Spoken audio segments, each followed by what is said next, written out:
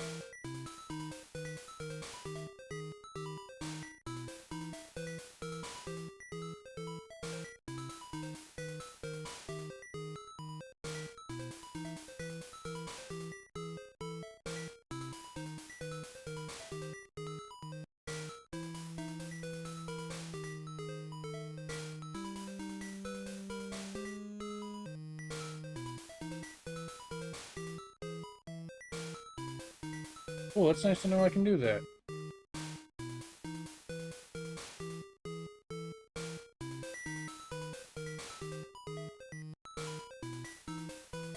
Anyway, hi guys, how you doing?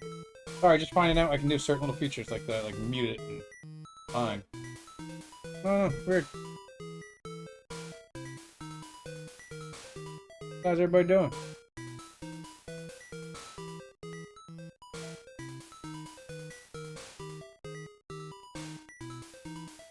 Start that timer. And up right here. Oh.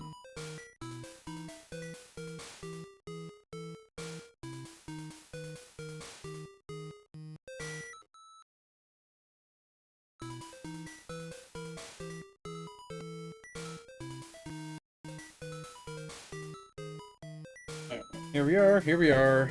And then here we are. Alright, things can move. My timer's going.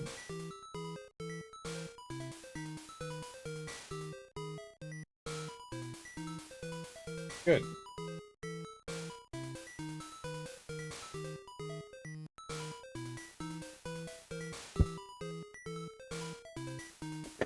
I know I just started. Give me 1 second.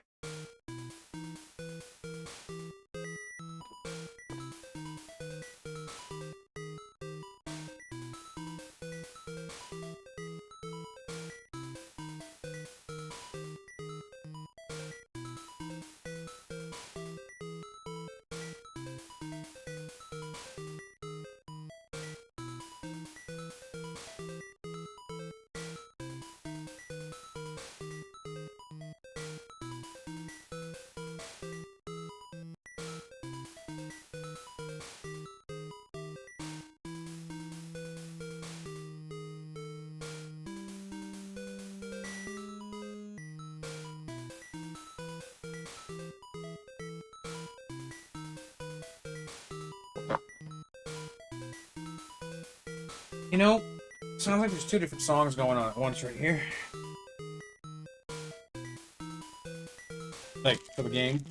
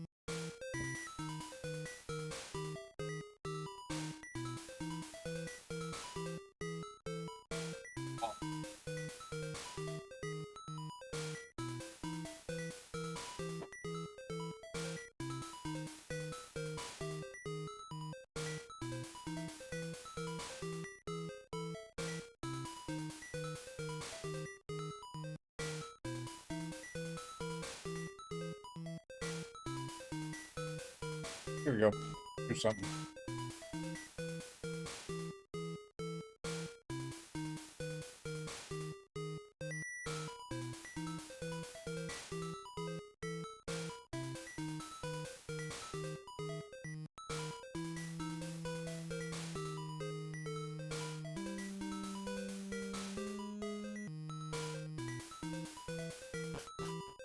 Gotta figure out where to go.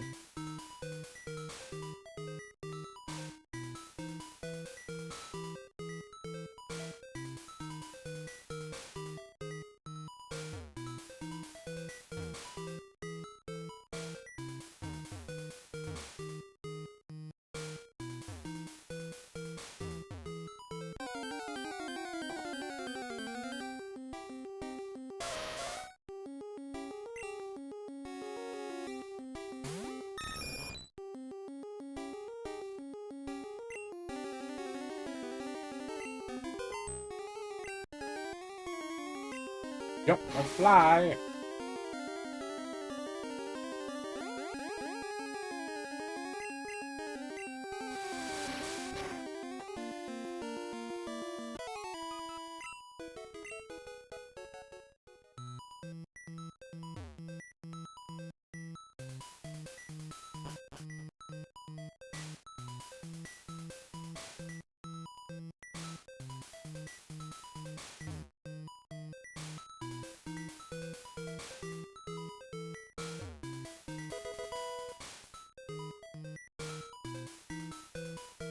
I gotta find a key, don't I?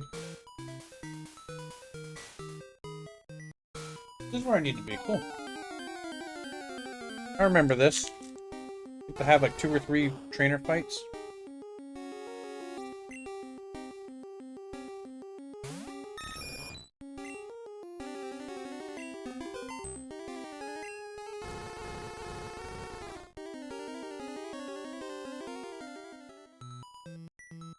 Roared me away when I was flying.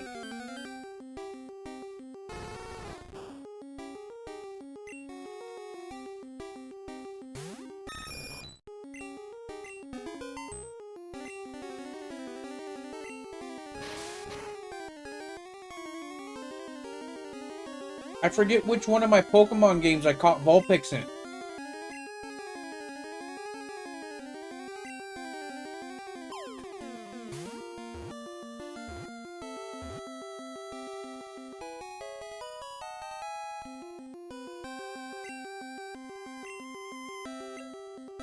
I already caught it in this one. Okay. Good to know.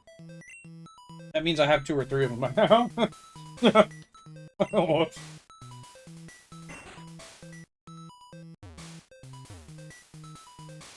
Alright, Mr. Scientist, let's fight.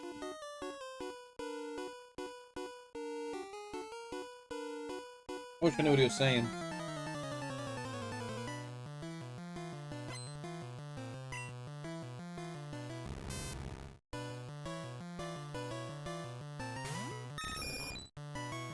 Please fuck me up. The Pidgeotto's a shit.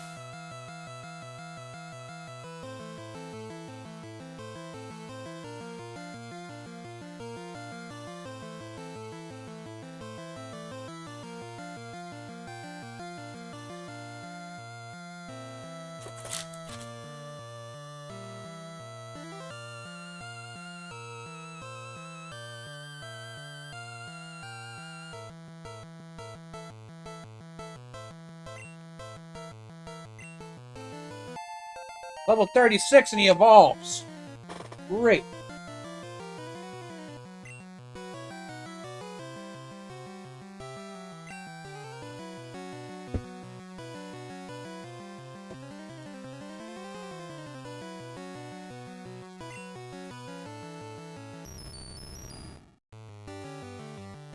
That's alright, Magneton. Beat Sandslash. He's gonna be your hero.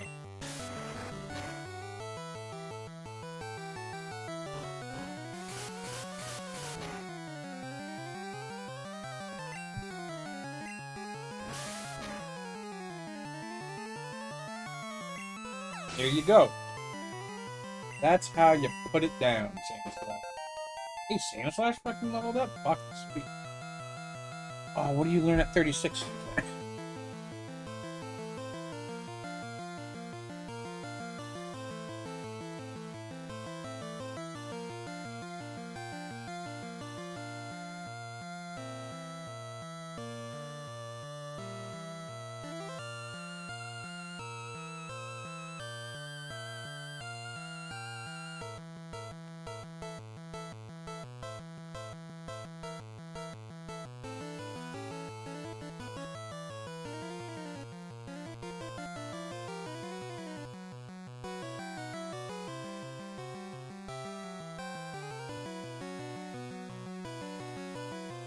Swift? Motherfucker. I think there's Fury Swipes after that.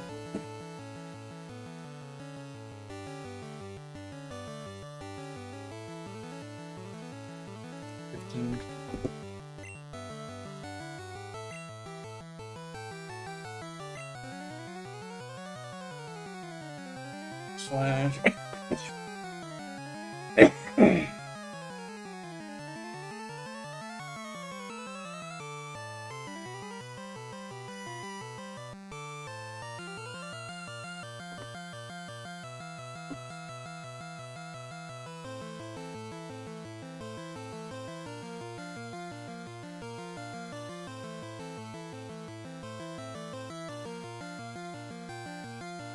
Come on.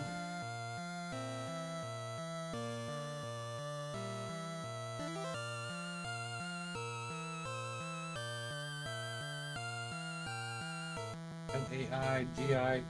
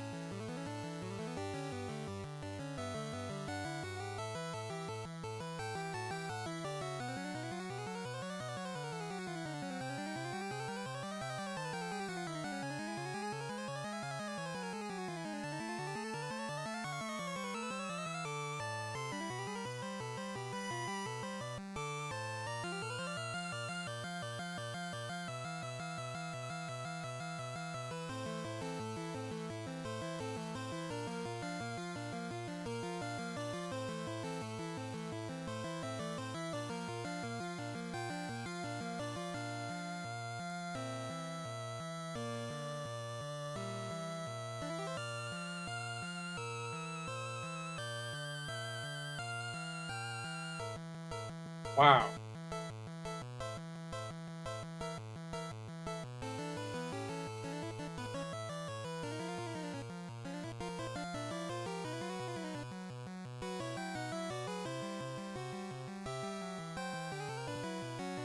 I fucking give up. I hate how this fucking shit works.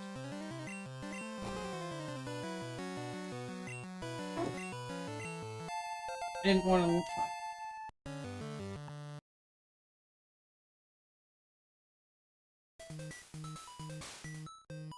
Wrong fucking button. No, I'm reloading. Okay, I just started. I didn't even go anywhere. Nothing fucking happened.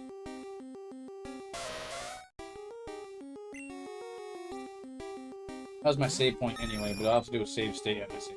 No. Sorry. Enjoy.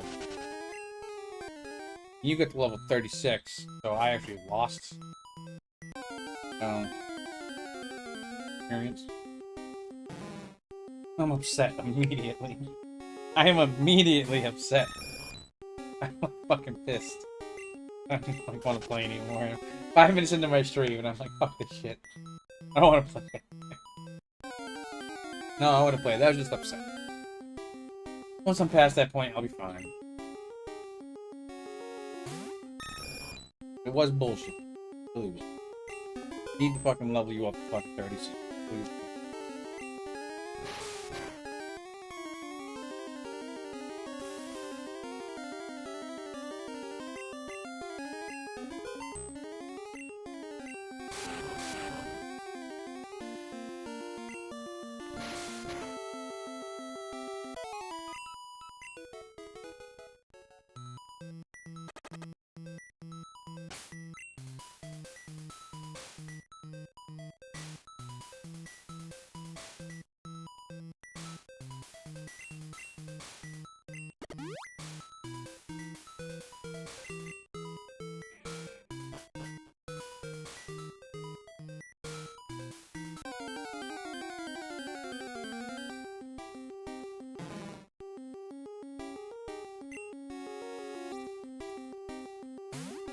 Go, Pidgey, go! I don't fucking know.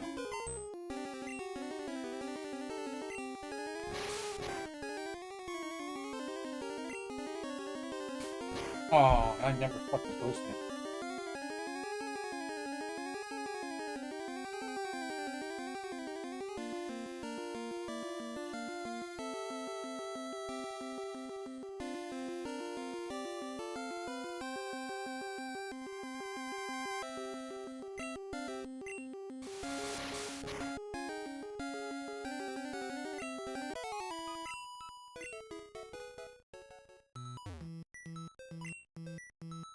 Hit the fucking switch. Let's go. That's right.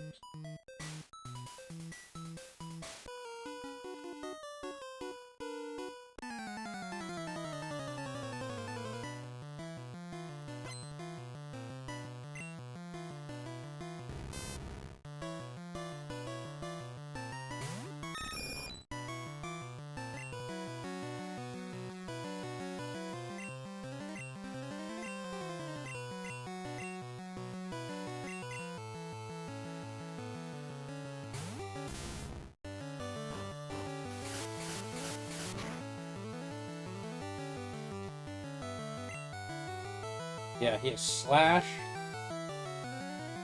And strength. What? What strength? Poison sting?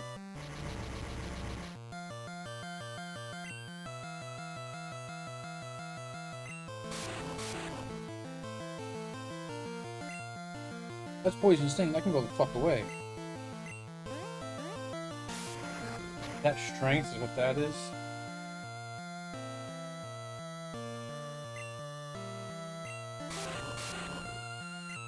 So we're gonna go and flip that. Ah. I'm confused.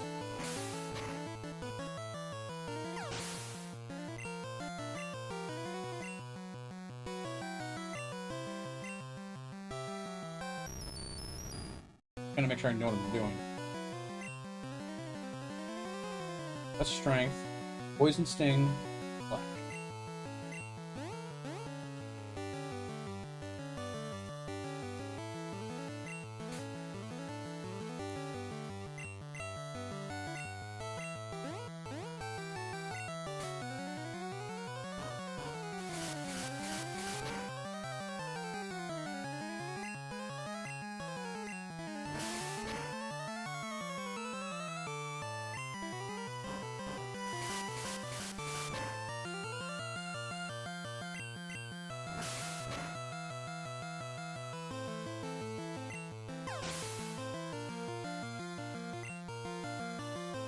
Level up.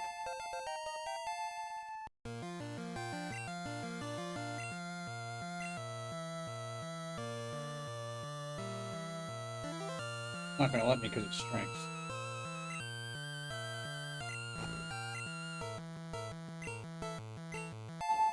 Swift. Good.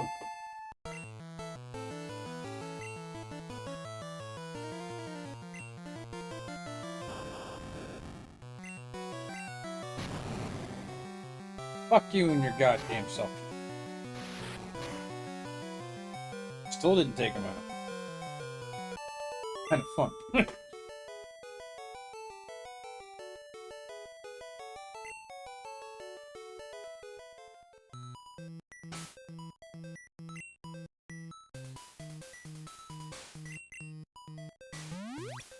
Oh, wrong one. Shit.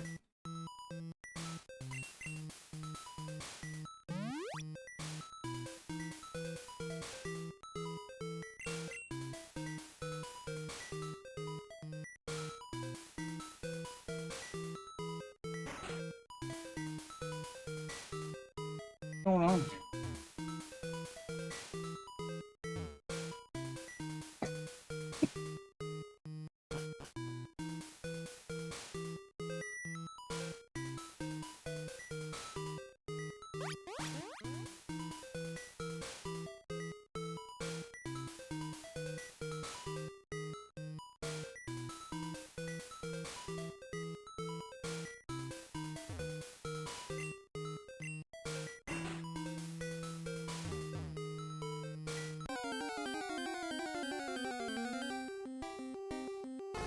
Fucking Volpac. Still a fucking turd muffin. You gonna roar me away again, you fucking dick mouth?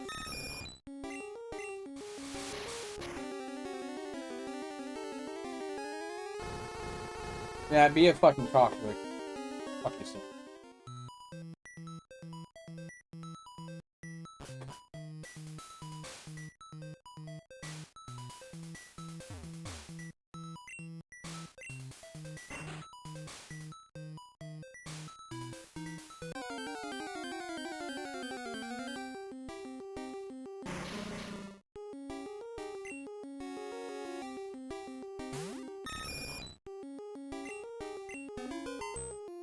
High up high!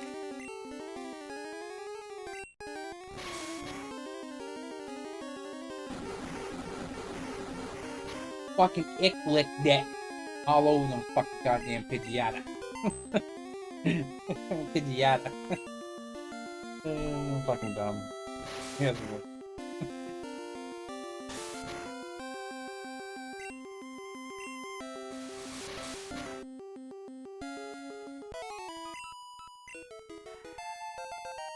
Level 36. What? Pidgeotto fucking evolving, motherfucker? Let's go! Finally, Pidgeotto. God.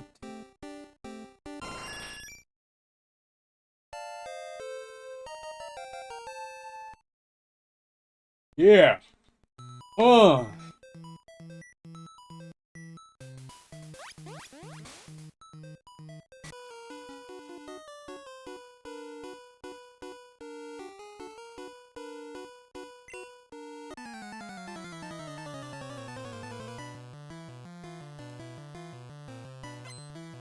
I have issues. Sorry.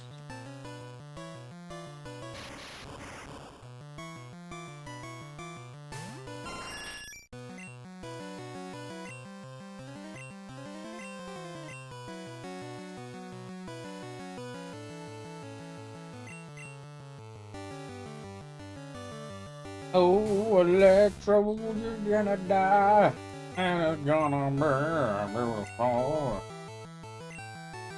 Oh, look at that swiftness! It's gonna fucking hit you in my what? It's gonna critical, pretty much half the time. Look at that, you're dead. Got it. Bye.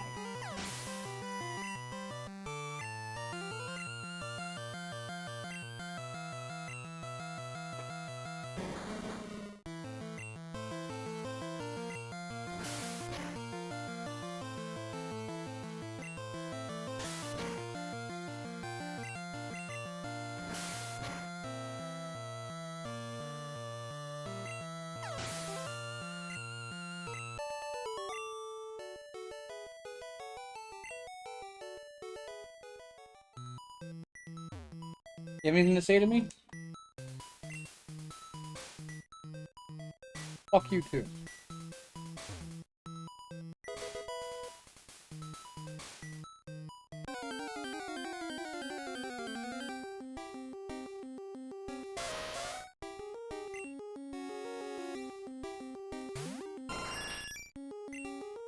Yeah, fucking Pidgeotto now. Or Pidgeot. Pidgeot in your face. Fucking third evolution Pokemon. Fuck yeah. What a tank. Yeah. Oh, fucking slam. I'm just being stupid. I'm sorry. Oh my.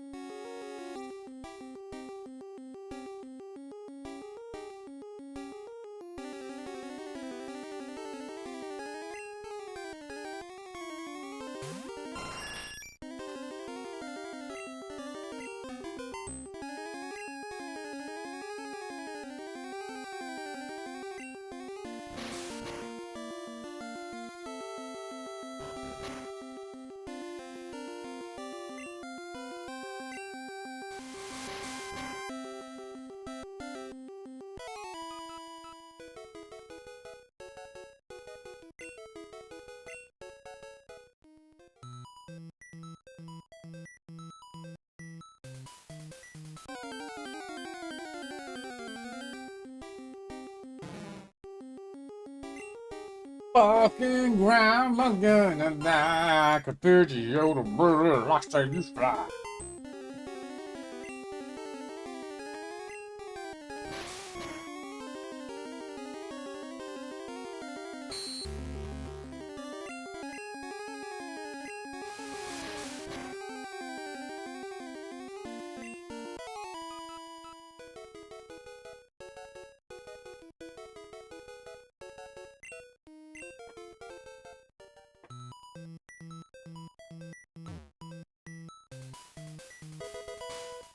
EM14, motherfucker.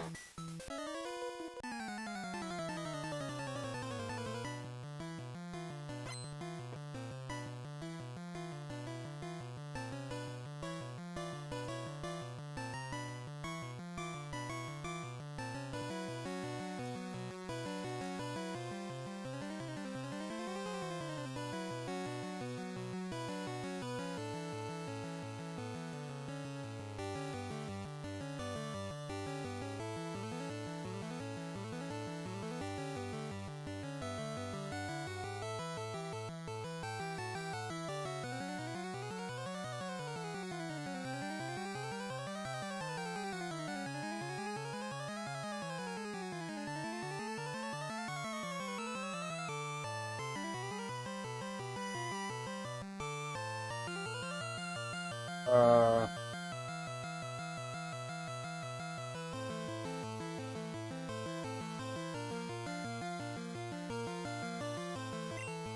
Sorry guys, that's just keep the bell going. Growlithe, I wish I had one.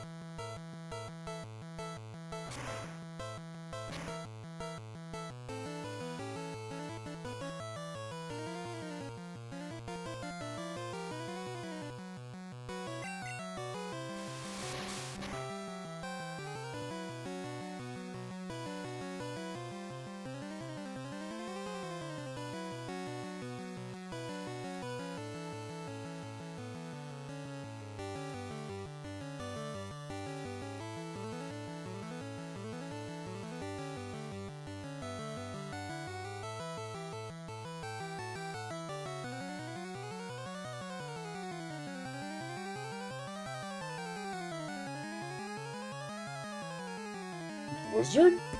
What? Is that really Blizzard? Is that what I just picked up?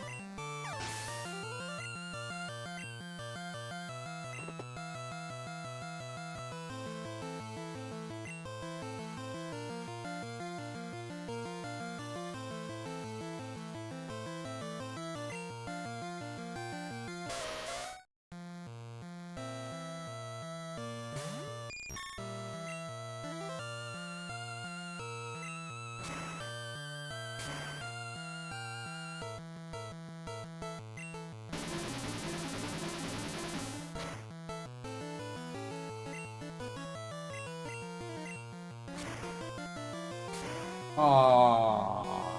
Super effective.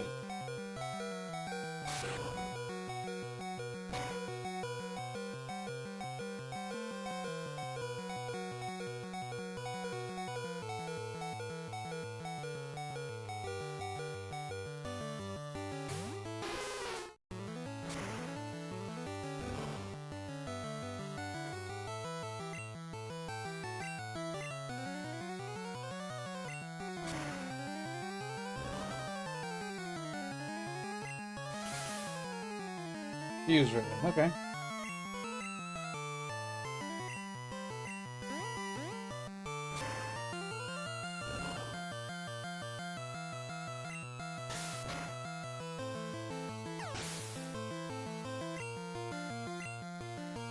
Oh, it's body slam.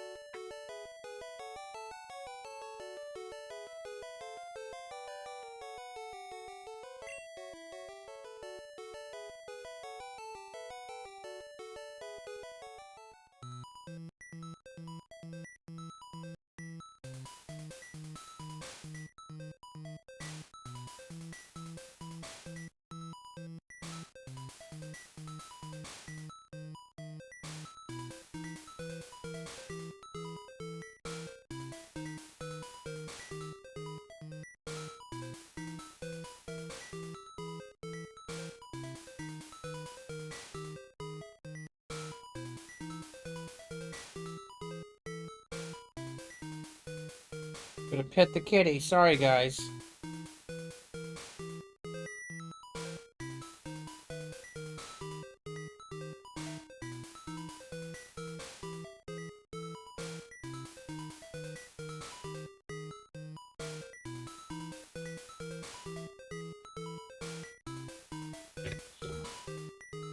You guys are here forever, so give me a moment. I need to help my cat.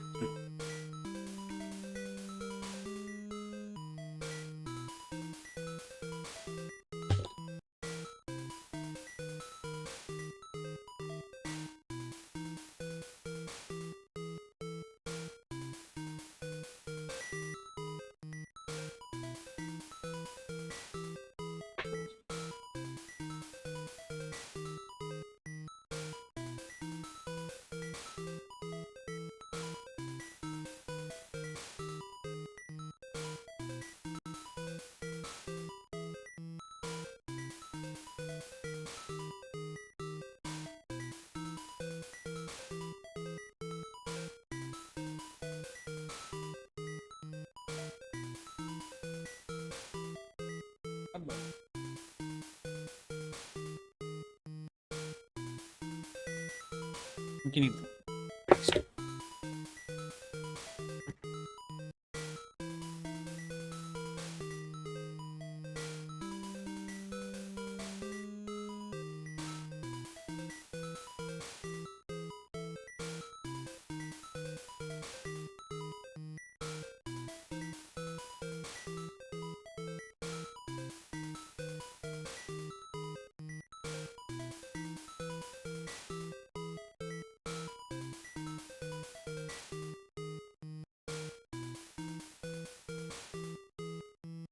Good job.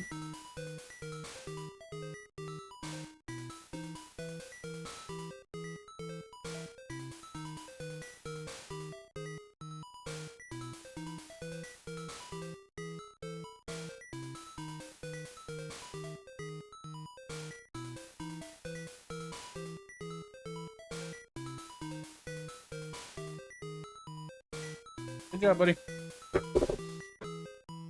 Sorry, guys. Help my cat.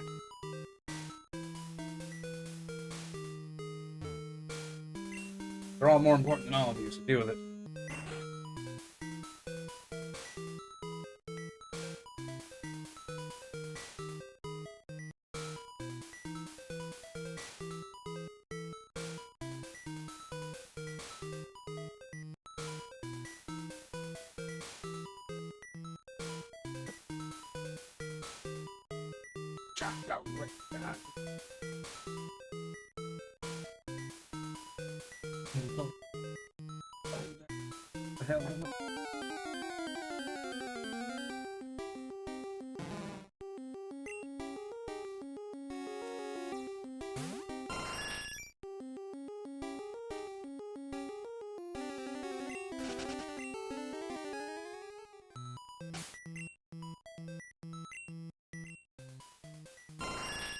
Yeah.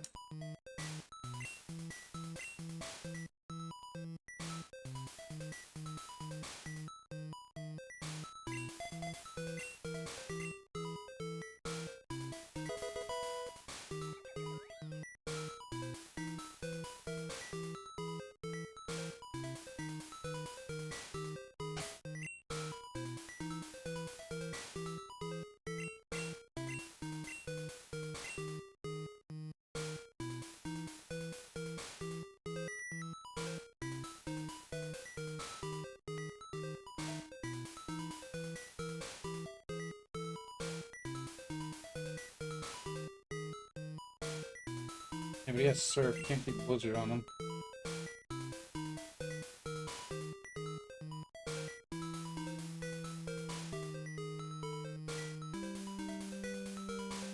Come on, buddy.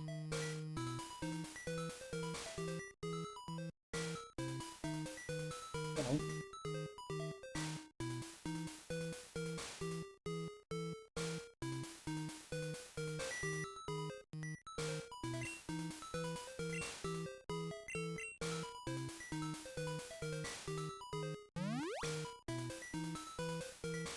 Full heal? Okay, alright.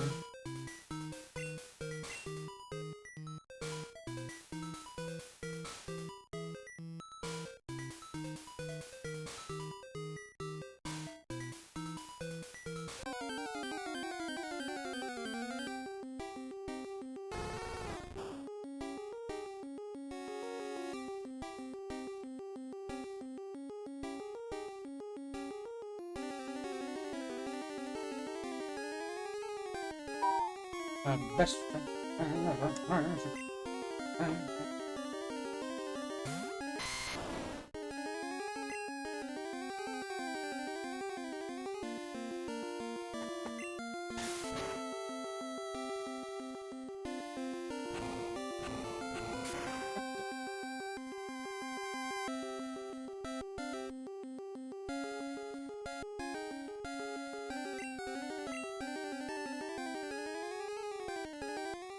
Okay.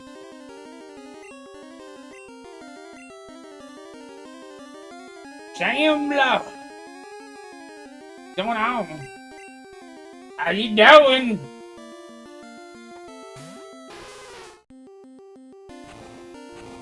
I don't have the ShamWow commercial up yet.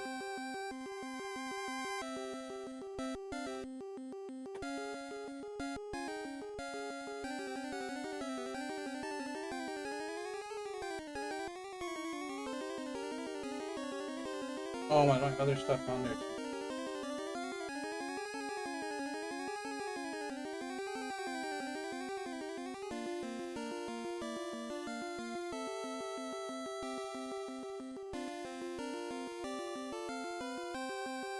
Playing some 76, huh?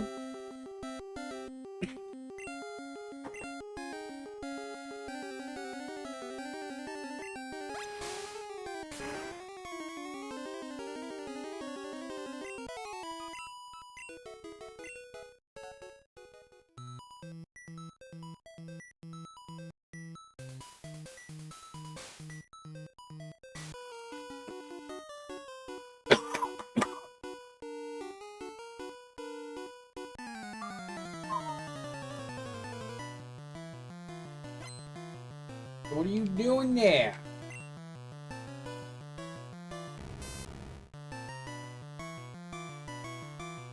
Besides 76, what's your plans for the day? What have you been doing today? Pro1 says, "Why hello there, good sir." Oh, I hello there, Troll. How art thou? Special. I'm going.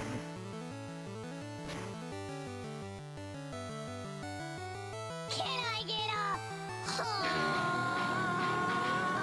Pro Crow1 says, I am good. Risk of rain too.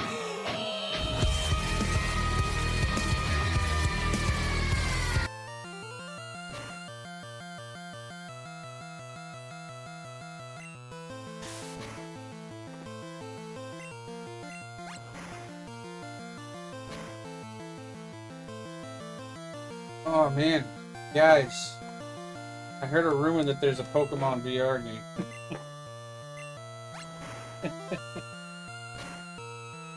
There's not more than the actual game, just like VR balance.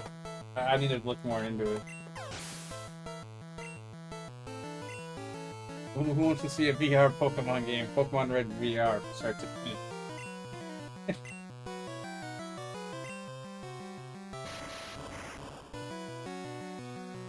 I actually think it would be awesome if that was something that I could do. I need to look more into it, and I don't know if I can do it on my headset. There's a lot of new VR information I'm finding out lately. More stuff is emerging.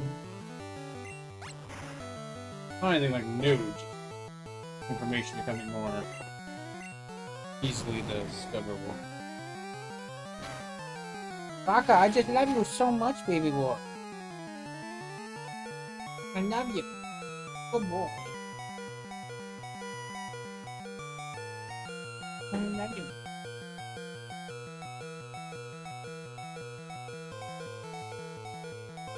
What? Everybody. Crow1 says, ha ha, Electrode went boom. Hey, Electro's a fucking dickhead. You just left and now you're back. I love you.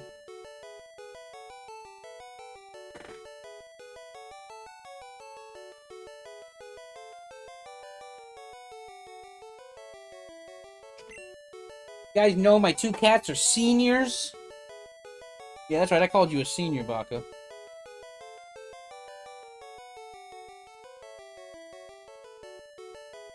I just like making fun of them to their face because I love it when I talk to them anyways. So, you know.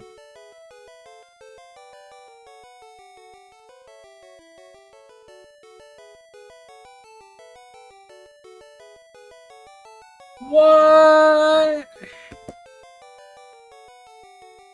Crow1 says, at Transdimensional Shambler, hello there.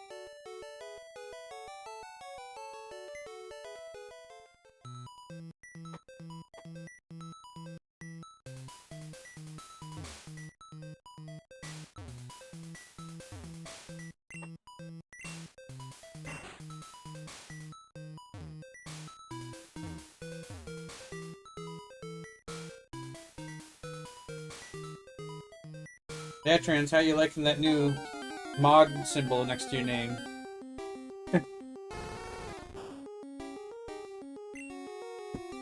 You don't have to do anything. I just wanted to make it so you have free reign of the channel. Therefore, you can post links and do whatever. And...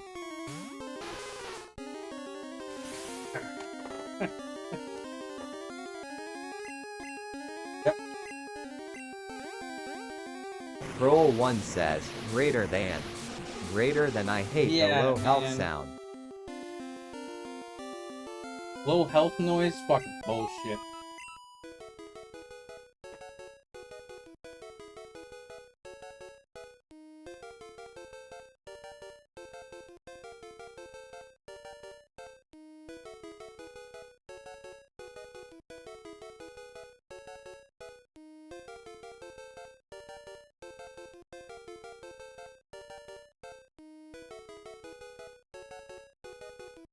Good boy.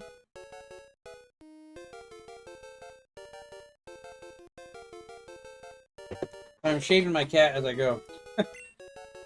He needs it. What? How's the one that was over here? You let me get it real quick.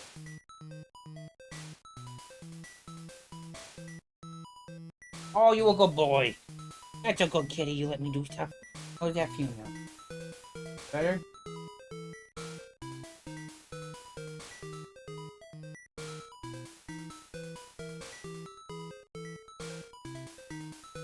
You got any more knots, buddy? You need arthritis meds? Is that why you can't clean your freaking hind? Maybe you're just big.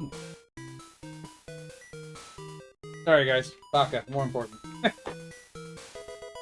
Do you feel better? Did I feel better? Yeah, man. Yeah, feel good. A handsome man has been with me since my divorce. Like 6 months before that. Actually, no, like a year before that, I think. I got rid of her, I kept you guys. Kroll1 says, all in favor of banning low health sounds say I lol. Yeah, me too. Like, it's really fucking annoying.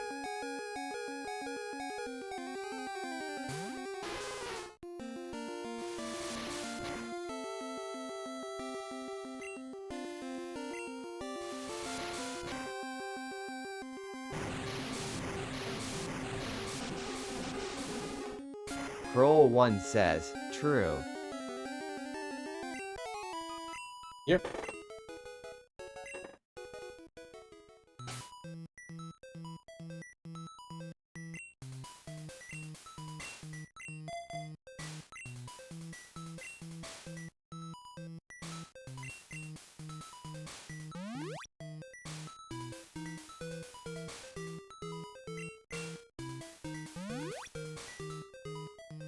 Kroll1 says, but they fixed the low health in later gens. Yeah, they did. Because in Sword and Shield, it sounds fine. Doesn't bother me one bit. Not a little bit does it bother me.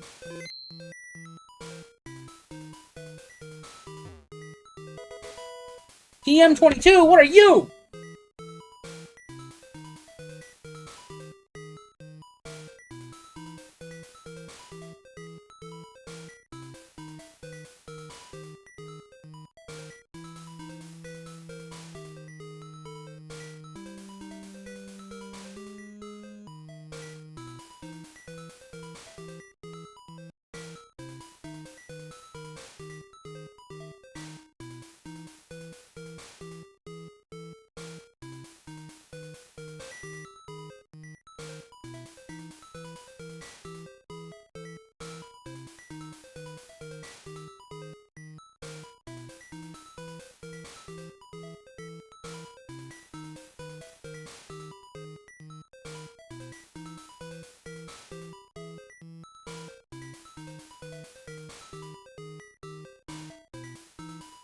Sorry guys, I'm looking up an ability real quick. You guys hate me for lunch. You guys learn Solar Beam at 58. Power with the 50. Kroll1 says, it's fine lol. Yeah, so like, I'm setting my rules for Pokemon. Like, I'm not gonna do things that help me cheat. 'Cause there's no cheats. But I played Pokemon fucking 100 times. Multiple times on my phone, lose my file, have to restart. Play it on the computer. I can play against other people when I was a kid. Doing the actual game. Doing the actual game again on both my Switch and my fucking, my DS? Yeah, on my DS. What am I doing here?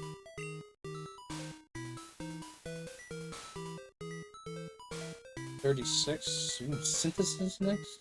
Kroll1 says, greater than most famous game-breaking glitch.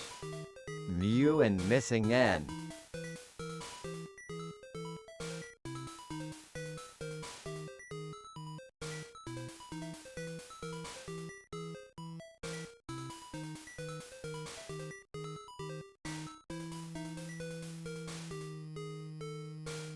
Level 58, it learns Solar Beam. Or... Kroll1 says, they will break the game.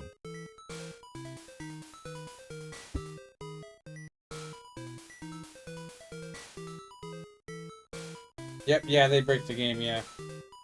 Well, Mew doesn't break the game so much. It just unlocks it because it's red and blue. Weird. Like, it's data in the game, but it's not, and you're not ever supposed to be able to get it.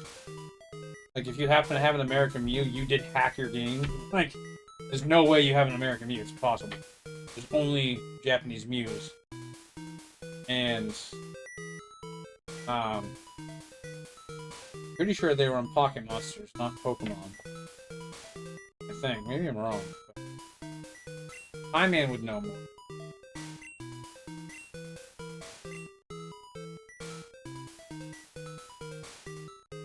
Also, I can wait 20 levels to learn Solar Beam, or I can teach Solar Beam right now. Oh, you all can learn Solar Beam? That's kind of cool.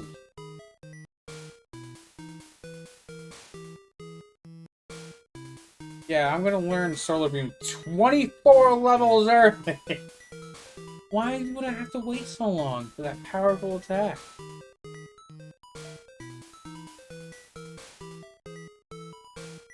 And of course I'm gonna put it on a Venusaur too. Tackle. Razor Leaf. Absorb. Vine Whip.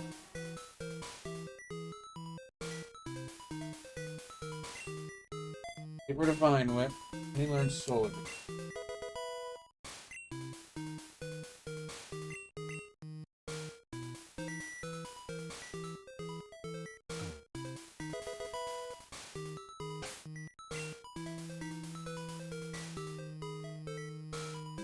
Is that the key? Did I get the key? I know I need a key.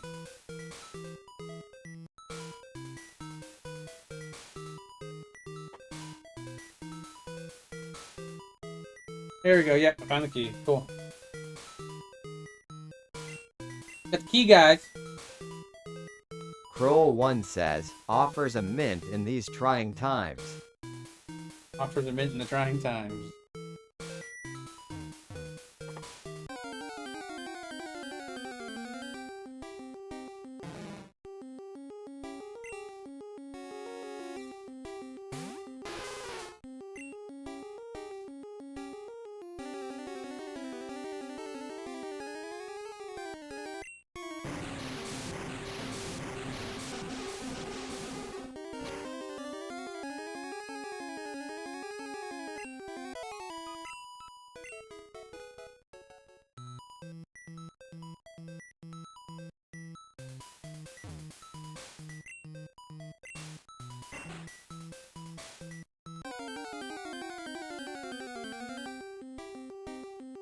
It's a fucking muck.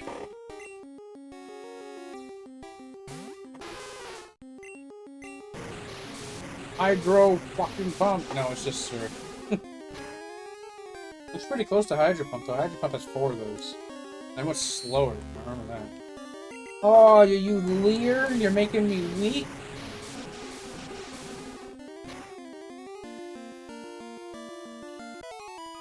Oh, you died.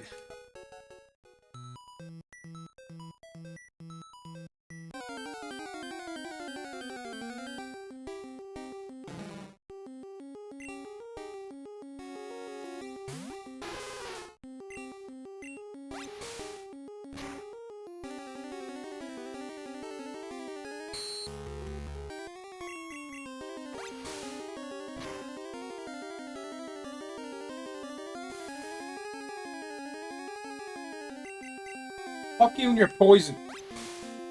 Even fucking grime. I'm gonna grime your face against the concrete, you dick. Oh, I don't need to fucking do it. It's gonna be annoying the whole time. Rather it be annoying than waste another item.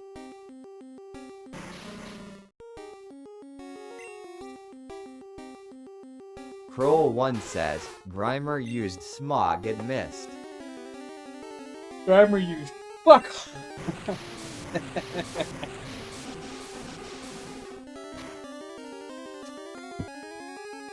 Pokemon trainer used fuck off on Grimer. So.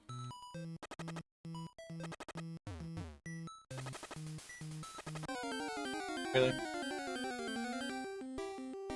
How am I? Oh, I remember. I know what I'm supposed to do. Okay.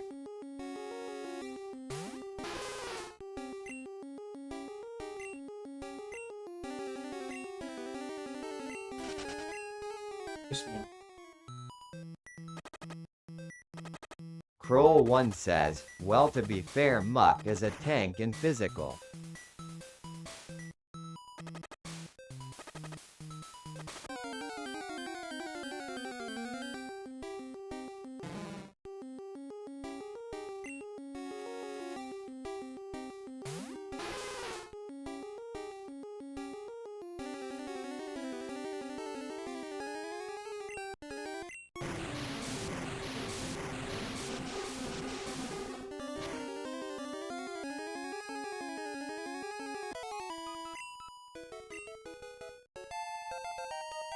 Level 30 fucking 6.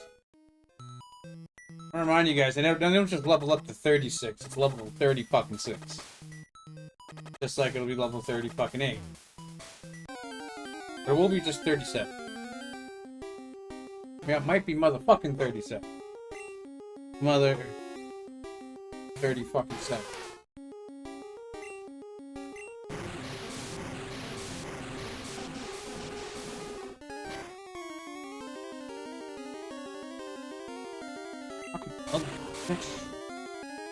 Fucking dickbag, motherfucking grandma. Can't you just fucking die, please? Let me suffocate you with my water. I'm gonna surf all over you.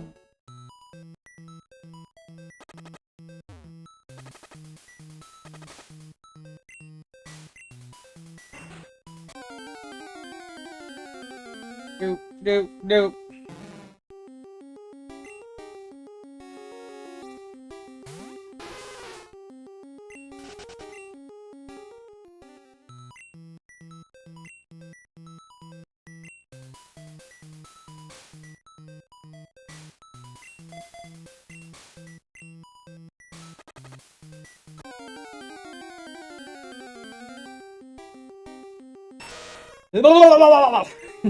This is fucking stupid.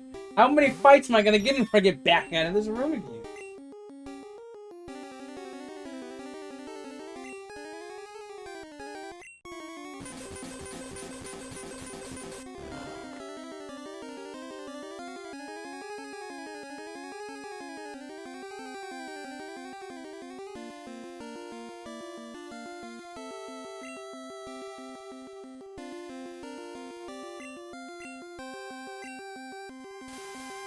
Aha!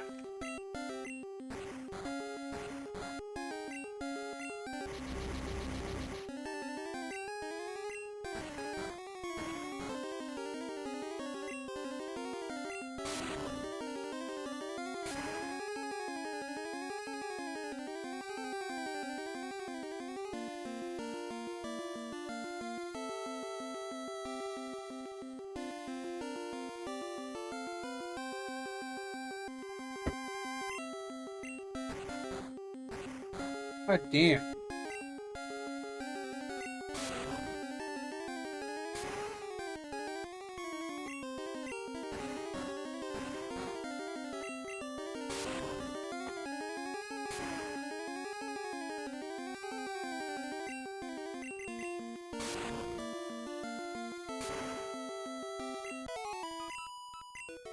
Level up? Oh, you leveled up. You hit 100 health too, right? Did you? Like one of the last ones. Yeah, you're the... Ah. Still not? Fucking A. How are you only at 96?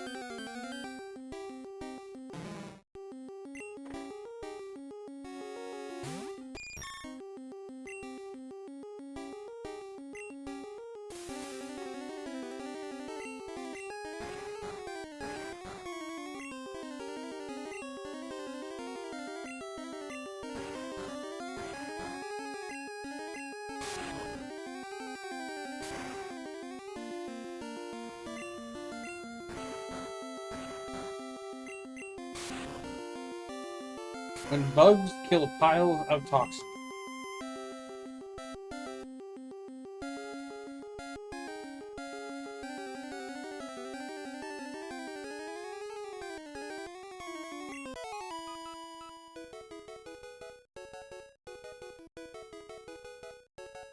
Just took a dummy, huh?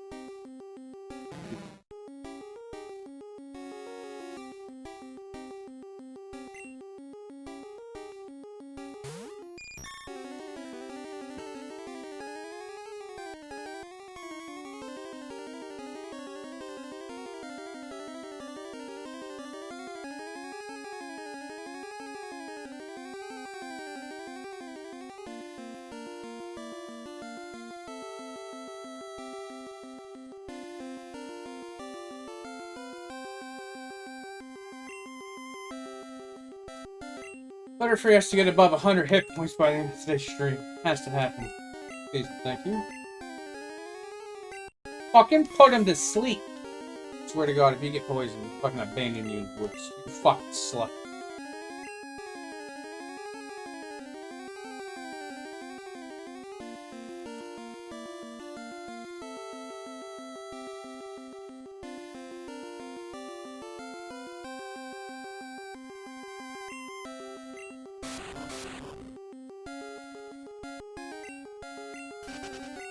Fuck off, Grimer.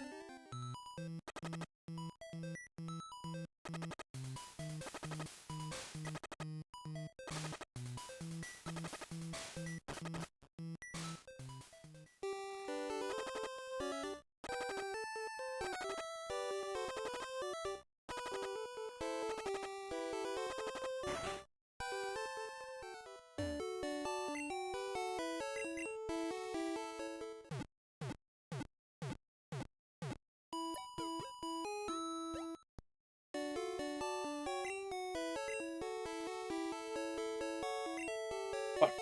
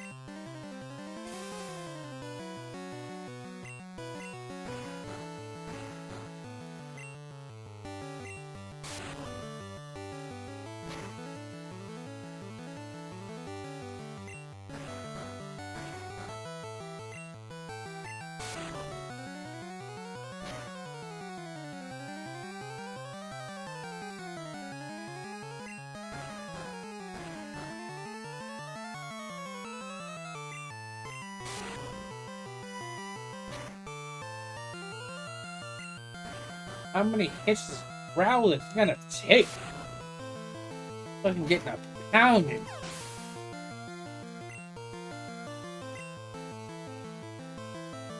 Just like the Melon Street Hooker. Gotta just suck to suck, you just suck. Gotta just sucks to suck, you just suck. Gotta just suck the fucking flamethrower, fuck me. Bye, Butterfree. Love you. Oh shit. How do you even survive that shit? Beat off with both hands.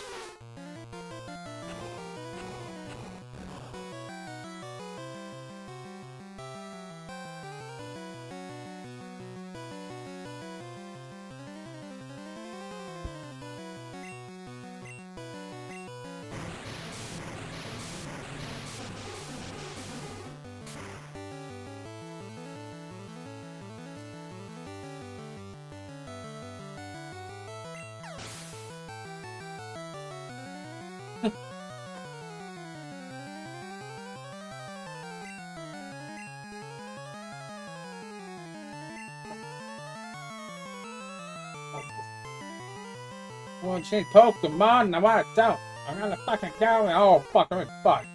Did you use Ember on me?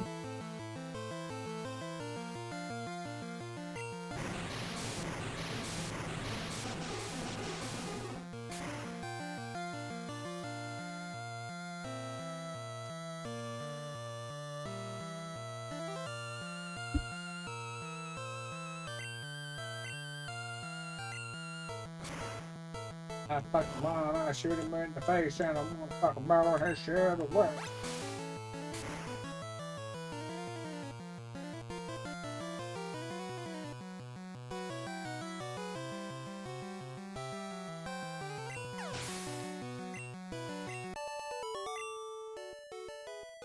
I defeated a little kid.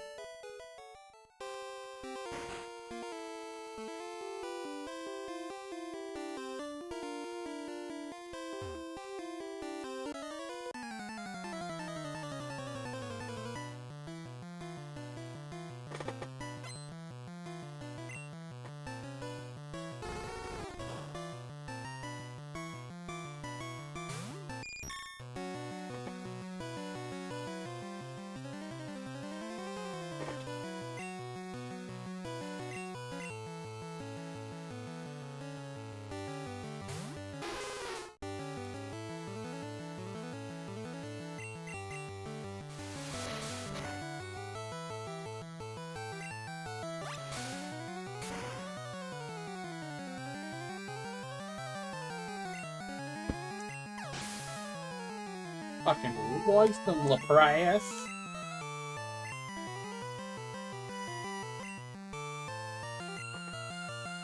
Don't want to leave Lapras out.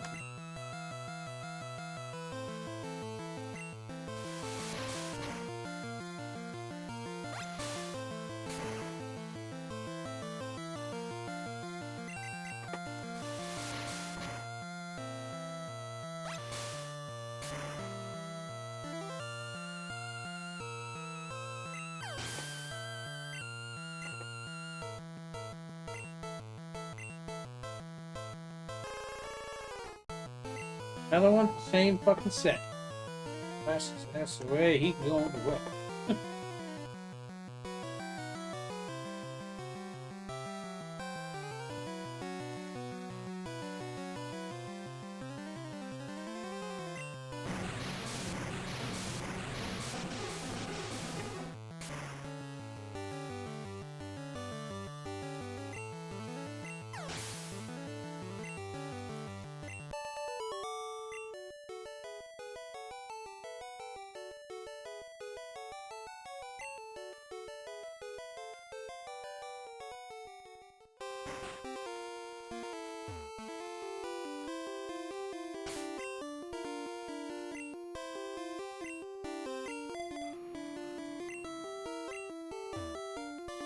Oh, waste of bomb with a water Pokemon.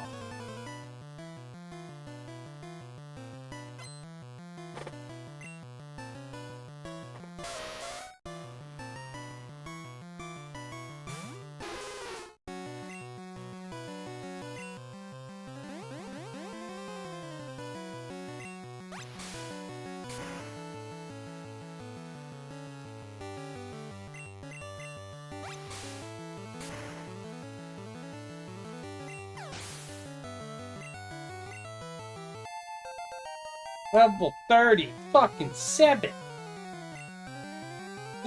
Aw, no, I fucked it up because I didn't say mother 30 fucking 7.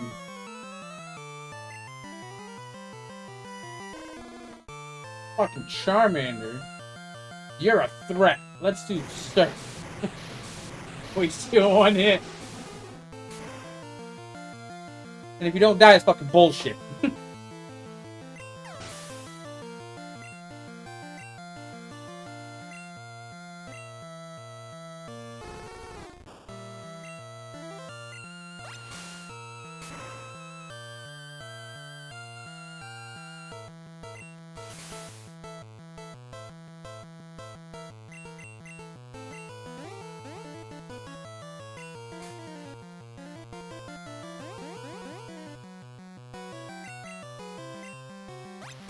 Yeah. Got through the confusion.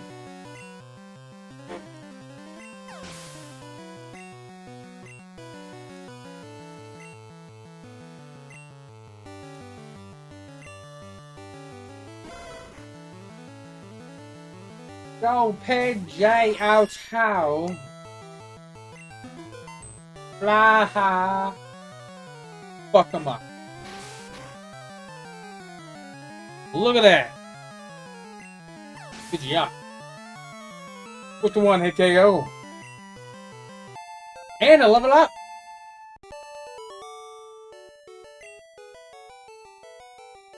Good job. God Pokemon. Will make babies with your face.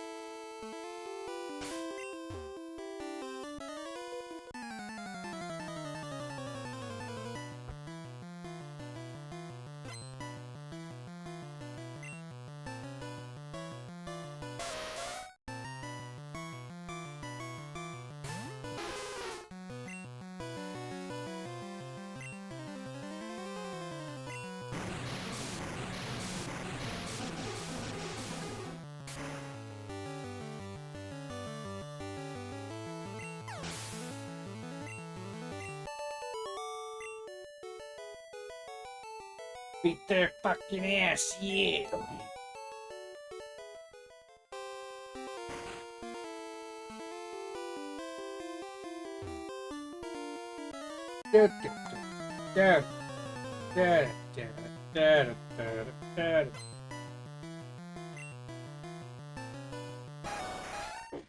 Rapidash.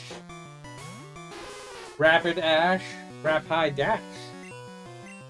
You know what I should do?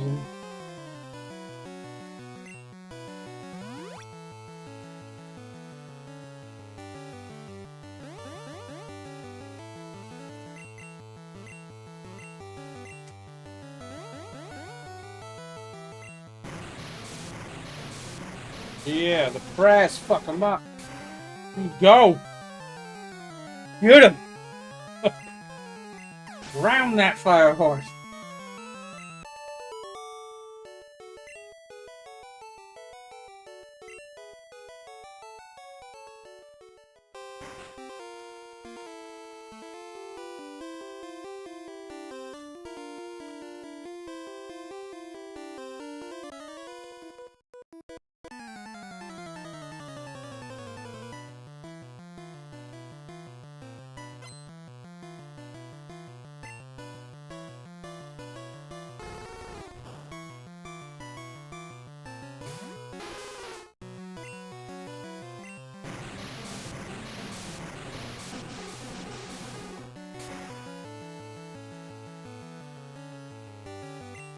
Yeah.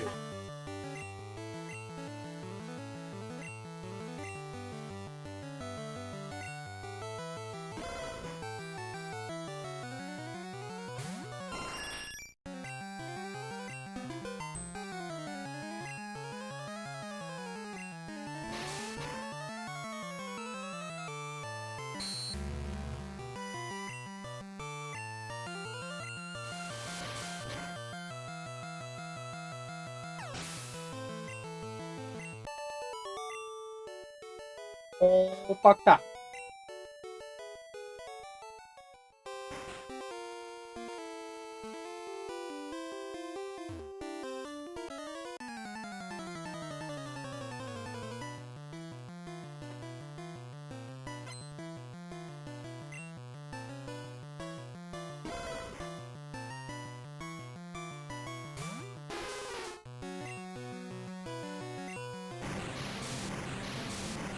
Ground, bitch. Ground.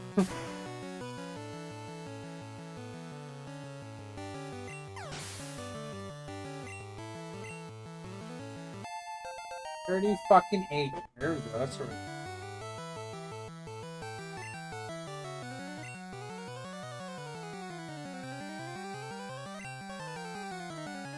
Yeah, I gotta get rid of it. Future is not as good as Ice Beam.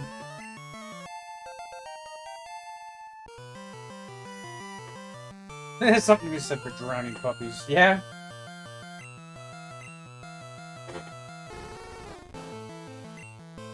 about foxes? What if I freeze foxes? Great. What if I'm Mr. Freeze with it? Like, wah.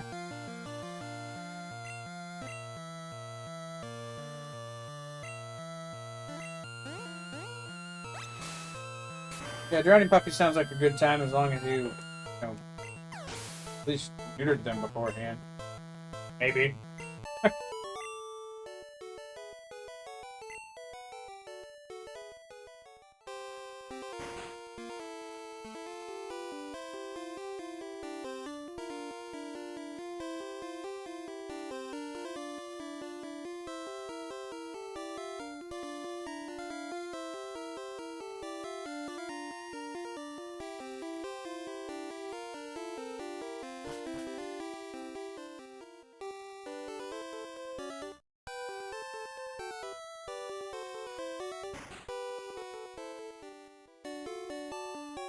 Heal my Pokemon! Heal them! Heal my Pokemon!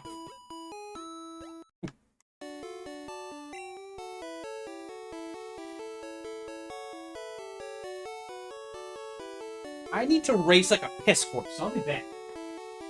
Yeah.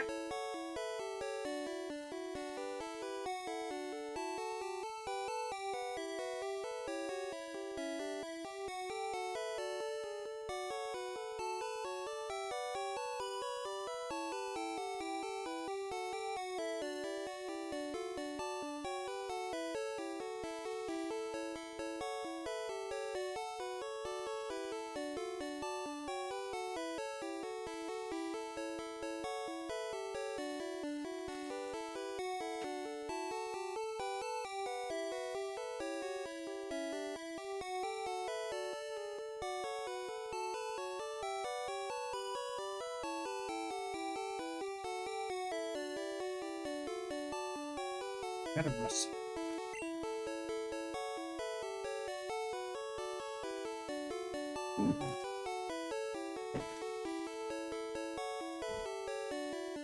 Alright, let's go fuck up Blaine.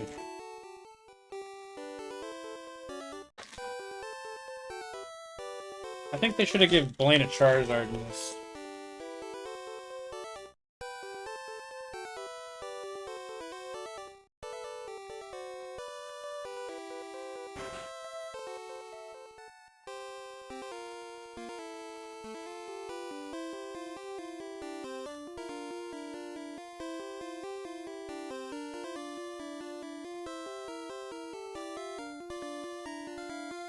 You laugh too hard at race like a piss horse. I'm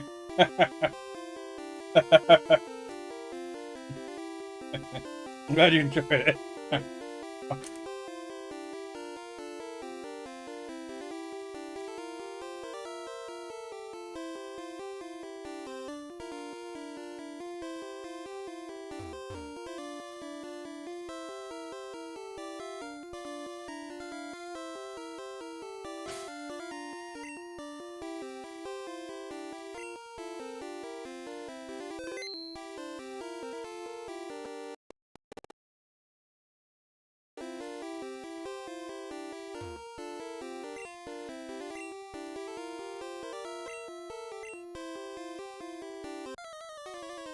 Alright, Blaine. Let's go.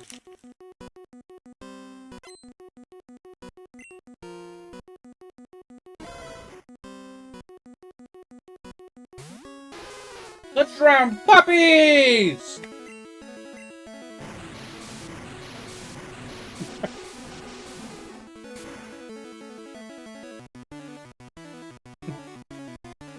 Puppy successfully drowned.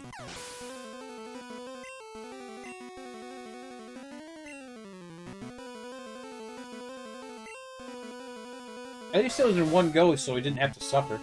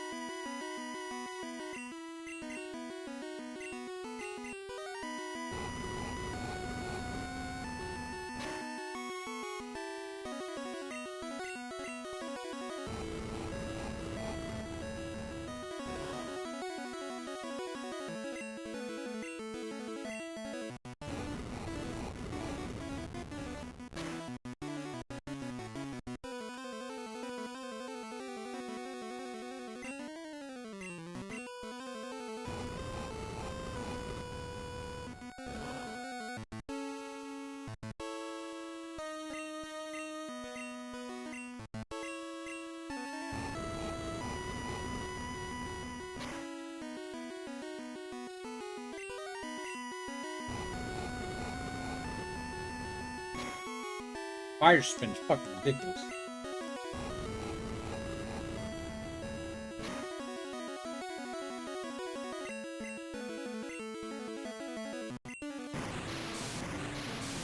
Good game.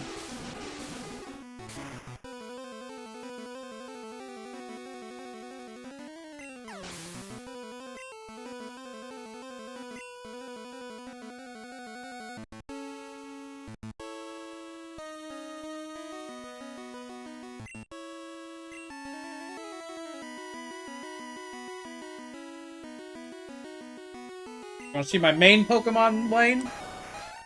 Oh yeah, you pull out your Rapidash. Go fucking Raichu. Thunderbolt, motherfucker!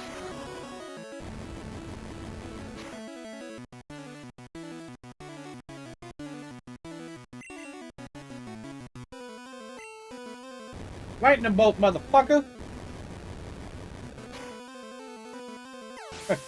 I don't know which one's which, but, you know.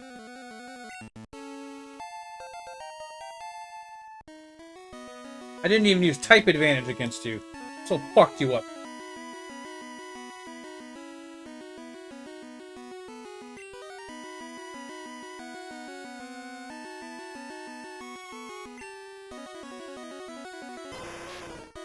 Fuck, it's an Arcanine. That's a fucking big dog.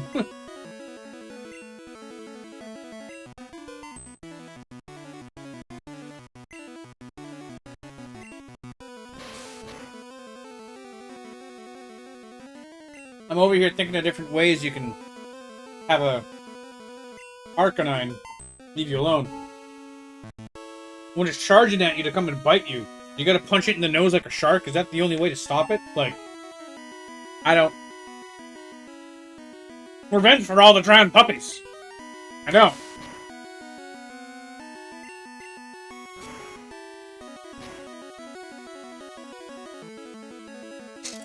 Fuck. Are you showing off? Your Ember did half of his life.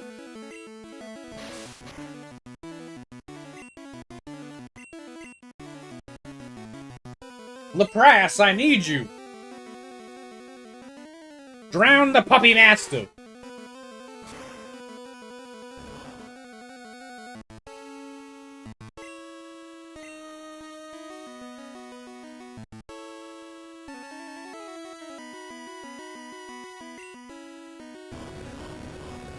Fire Blast? Fuck you. Go Gadget. Dick! You know what, Arcanine? You just got fucked to death.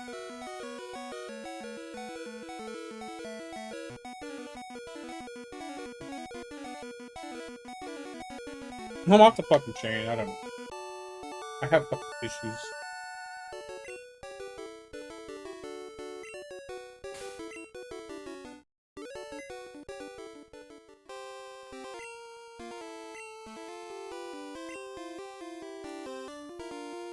Blaine, you gonna give me a fucking TM38? What does that do?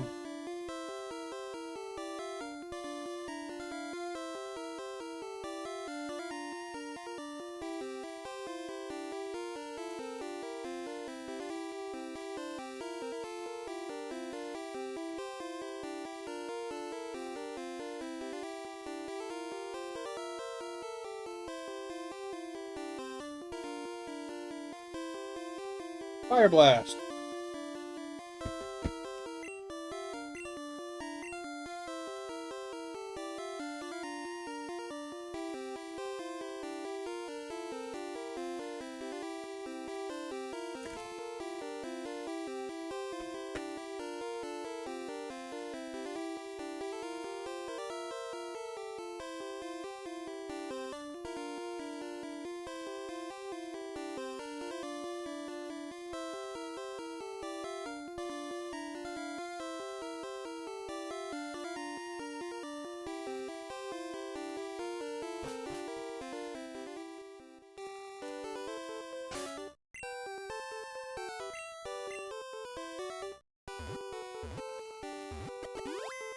You guys ready? The 8th and final gym, here we go.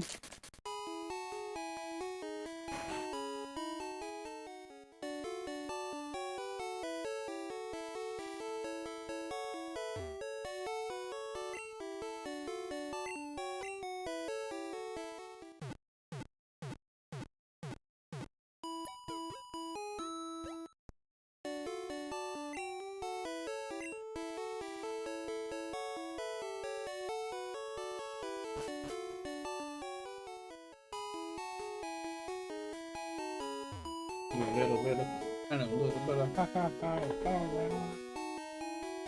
Fire's fighting the bug, and the whole town painted with blood. A little bit of ha ha ha. It's alright. Only that 25% hit chance. One hit KO move to connect one of your Pokemon cap. I'm gonna get fucked, I know. Alright, guys. Who's out first? Lapras, Swap. Oh.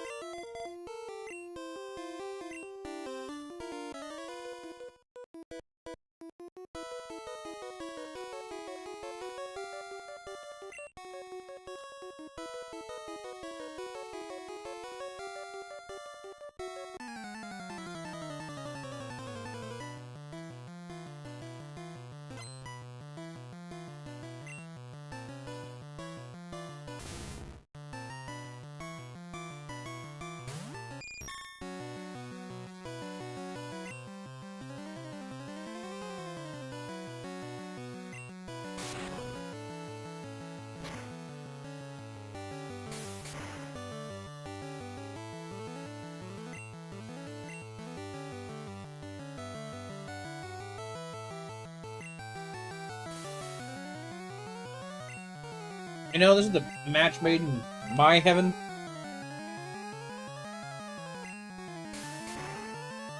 Except for he woke up. Fucking Psybeam his ass. And dead. Thank you.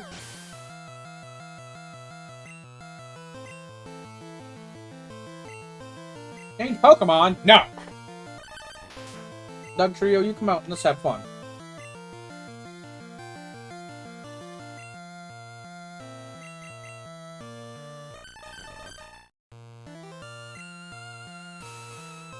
Thank you.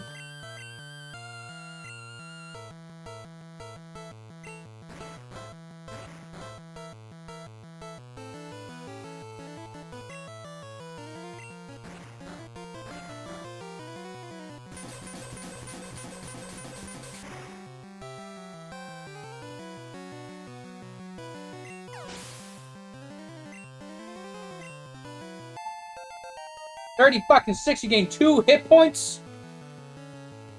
Slutty McNipples. One more level and you fucking hit 100.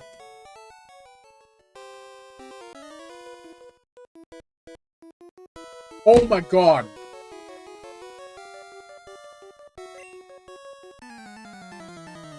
I'm gonna make you choke on a cum rag.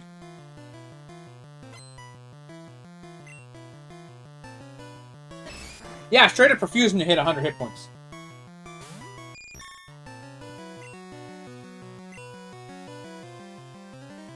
Oof. Yeah, I know, right? I mean, that wasn't towards... Just... There's a trainer.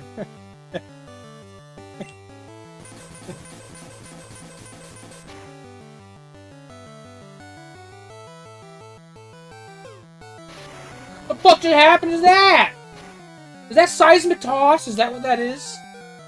Did you just Seismic Toss a flying Pokemon? My flying Pokemon? Fuck you, Machoke! And fuck you, trainer. How does that fucking cum rag taste? What? Fucking my butter for you. You can't fuck up the clutch Pokemon! Don't make me rage on stream!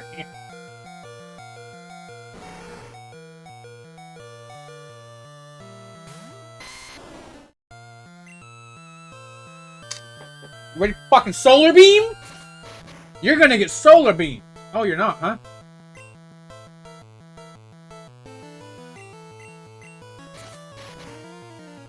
What was that, like a Mega Whip fucking attack? Did I not teach Solar Beam? I thought I did.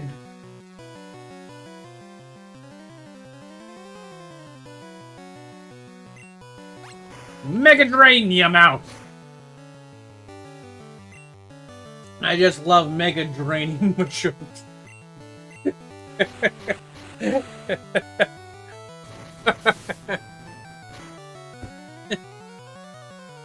Who else here loves Mega Draining?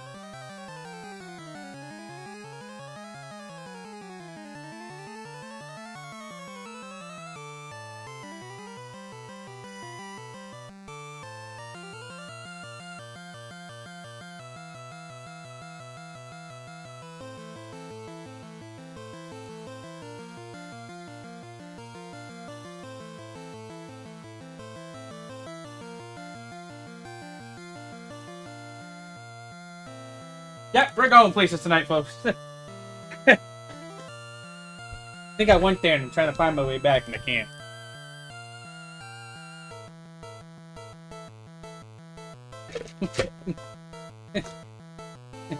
Everything Nintendo after dark, huh?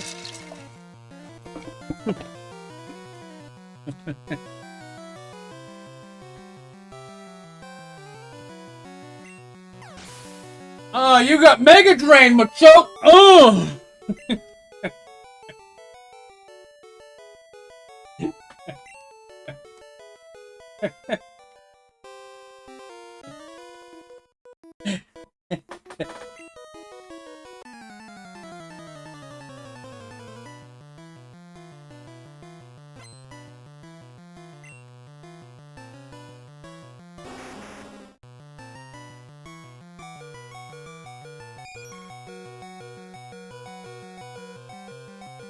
Go the fuck to sleep.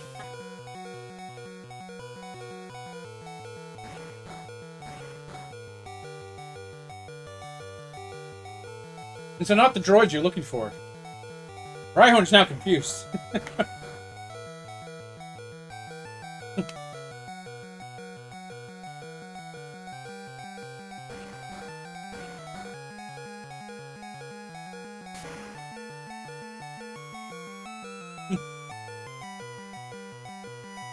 So I gotta let you know, the reason that the Venusaur didn't have Solar Beam is because I taught it to Butterfree.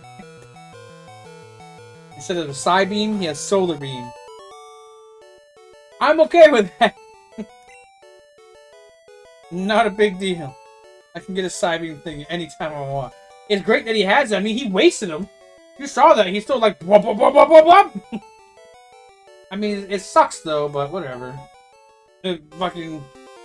If I hit 58 with Venusaur, he'll learn Solar Beam again, so it's cool. I can probably go buy one somewhere too. Or fucking Mega Drain went off somebody.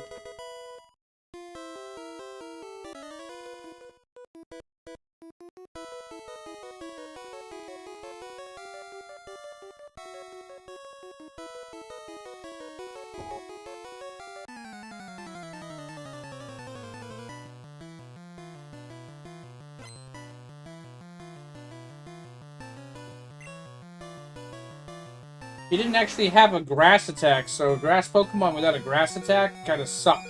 But now he has a grass attack, so whatever. Go to sleep.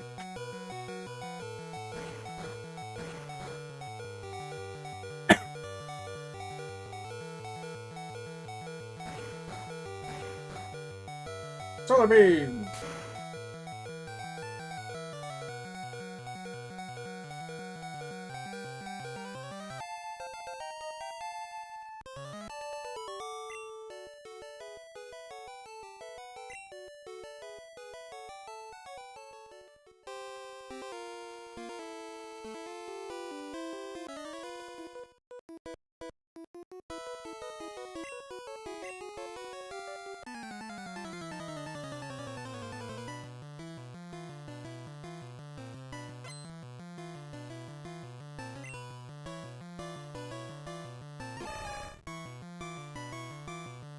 Fucking Machoke.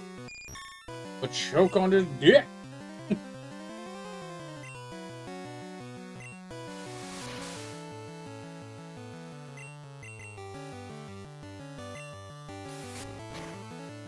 Fuck you. Eat my Weedle.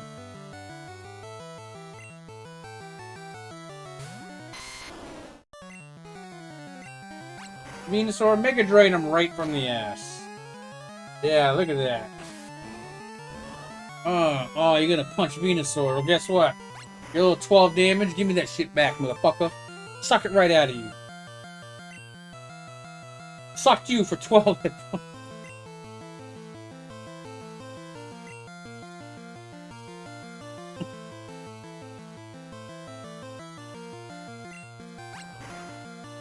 I'm going to hell. Mega Drain these nuts!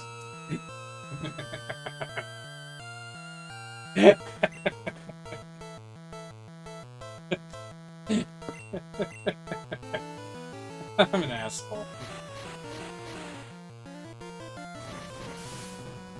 Oh man.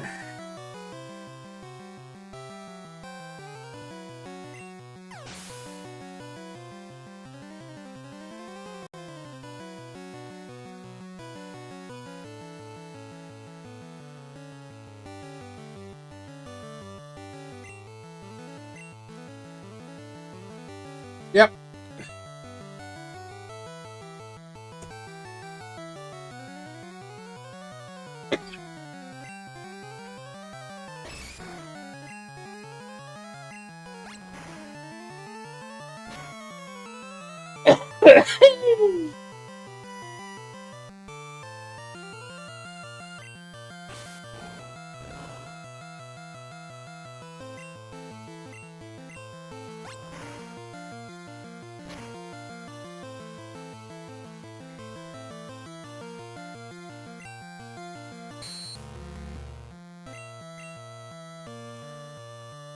Razor Leaf, motherfucker.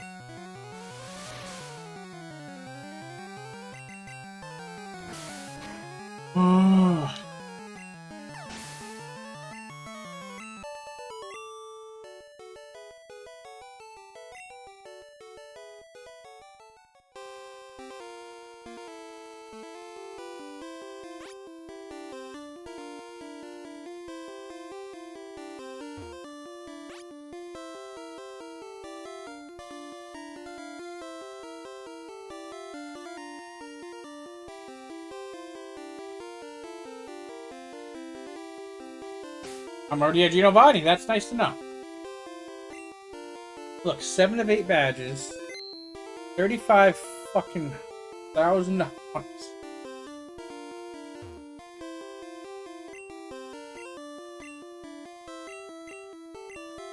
Alright, Mr. Giovanni.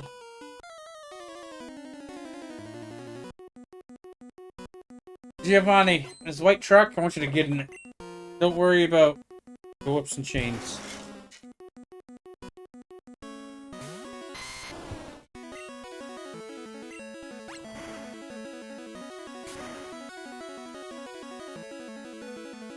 One hit K the fuck off! We can just pour with an opening cock slap to Giovanni.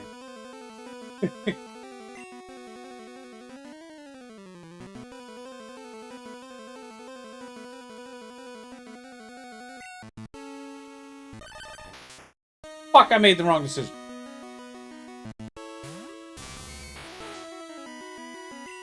You know what, though? This counters everything. You wanna fucking do some fucking dig attack or something? You ain't gonna fucking touch Pidgeot. Oh, you're gonna growl, though.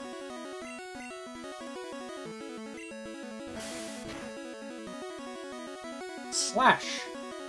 Really?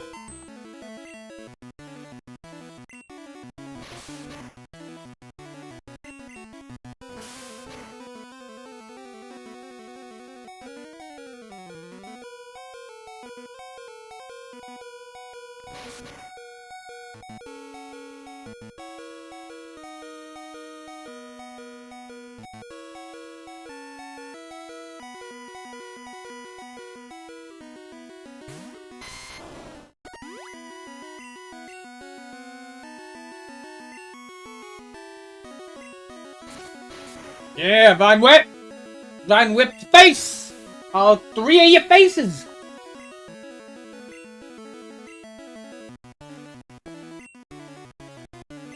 Yeah.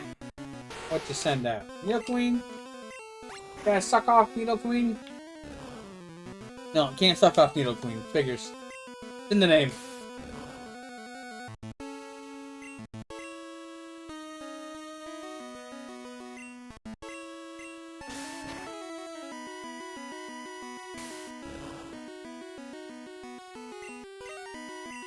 You know, because I'm a peasant.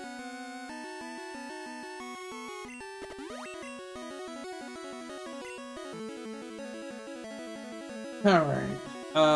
Let's go back to Raichu. How about that?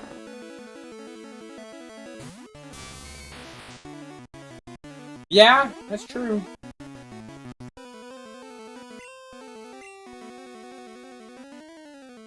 That's true facts, actually, yeah. I didn't even think about that.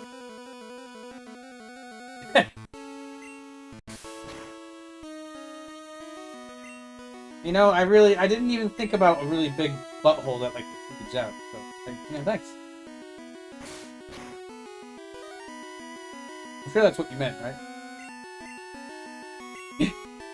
Like, you know, like when it's like a puckered lisp, like cartoon puckered kiss, with the butthole. That's what you mean, like, cause if it's the right shape, you can just right on.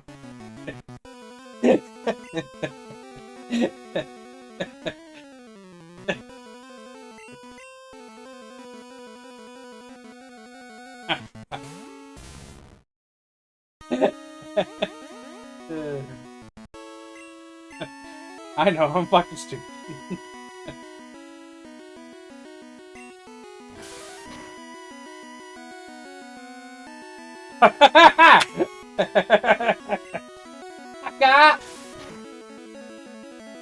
Fuck her up! Fuck her up! I don't know.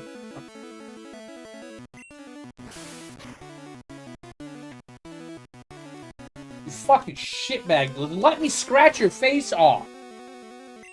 Trying to have a cat fight. Yeah. I'm gonna win no matter what. Let me do it.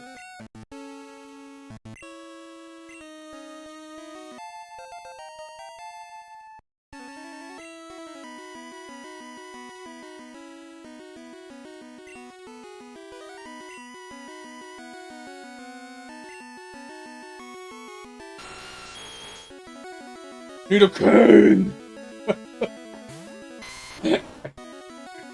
Alright.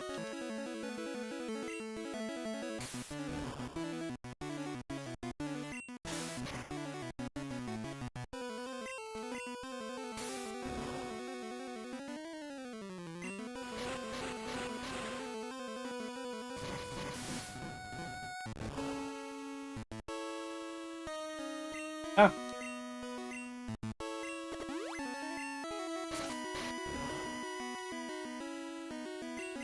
I mean, Nidoking and Nidoqueen are really actually a pretty stern couple to have on your team. Like, yeah, they're like relatively... They are the same fucking Pokemon. I think they're there just for boys and girls. I don't understand why you would have two of them originally. Except for to have a girl Pokemon, just to have a girl Pokemon. Which is a smart idea. In a multitude of ways, it's a smart idea. I mean, I think there's no difference between the two, really, when it comes down to shit, so... That's just me. Sorry, people hate me. I call you human. So, like, I don't see it, but I get it, especially for the time that the game came out. Now that they've made them into animals that you can, like, breed, it makes so much more sense and it like, works with all the different Pokemon. I wish they would have kept with, like, Nidoking and Nidoqueen. Like, they're the same, but they're different. Holy fucking rival! No, it's Rhydon. The other one's Rhyhorn.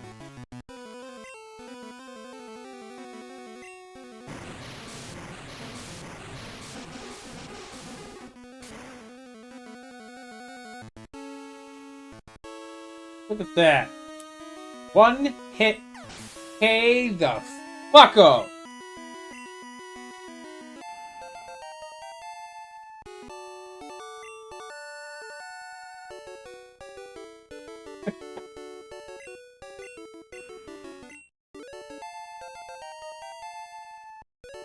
I want a stupid fight, and Giovanni went down tonight. Gonna punch you in the face, gonna punch you in the hair, gonna pull on your hair. I need to shut the fuck up. Alright, Giovanni, give me your fucking badge and let me go off to the Pokemon League. Show them what it's like to have a real fucking Pokemon battle.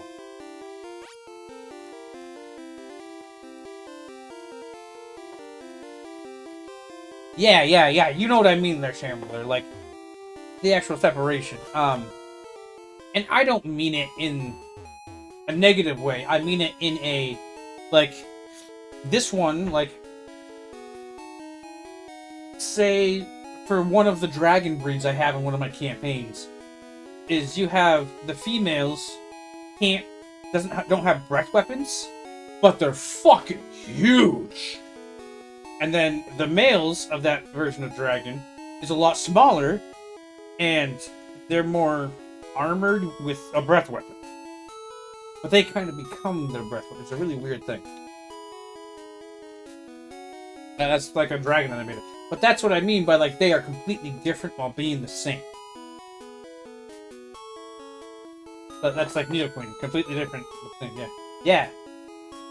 Yeah, I made it so it was like elemental dragons, but they're like Final Fantasy VII. You played Final Fantasy VII, right? Like the OG game, not the new. With the weapons, you know the weapons?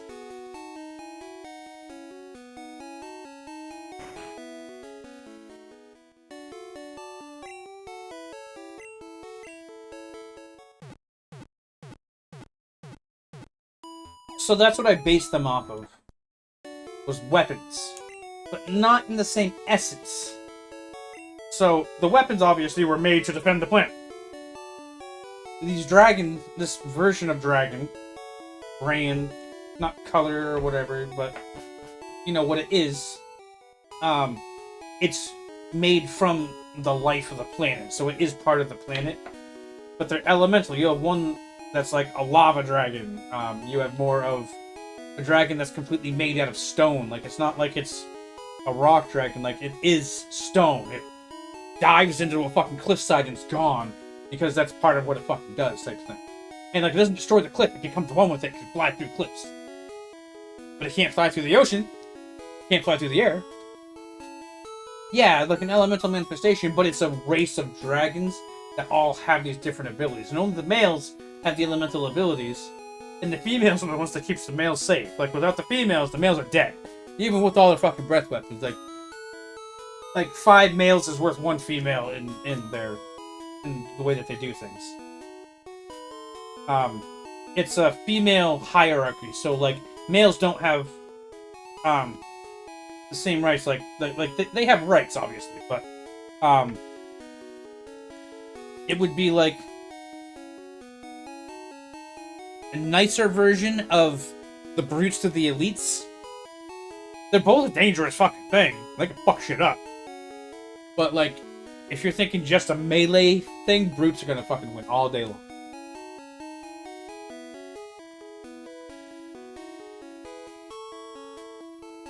And that one brute might get to kill 4 or 5 at least. So you understand how my dragon hierarchy goes? So it's a race of them, and one of them, who happens to be a male, is ascending, or trying to ascend. And he's trying to become the new god of gods, dragon god.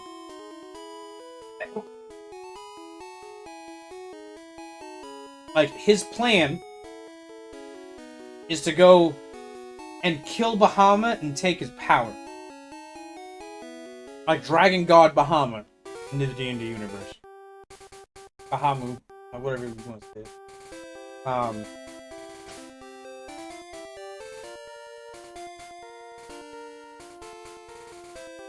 Sorry, everything popped up real quick.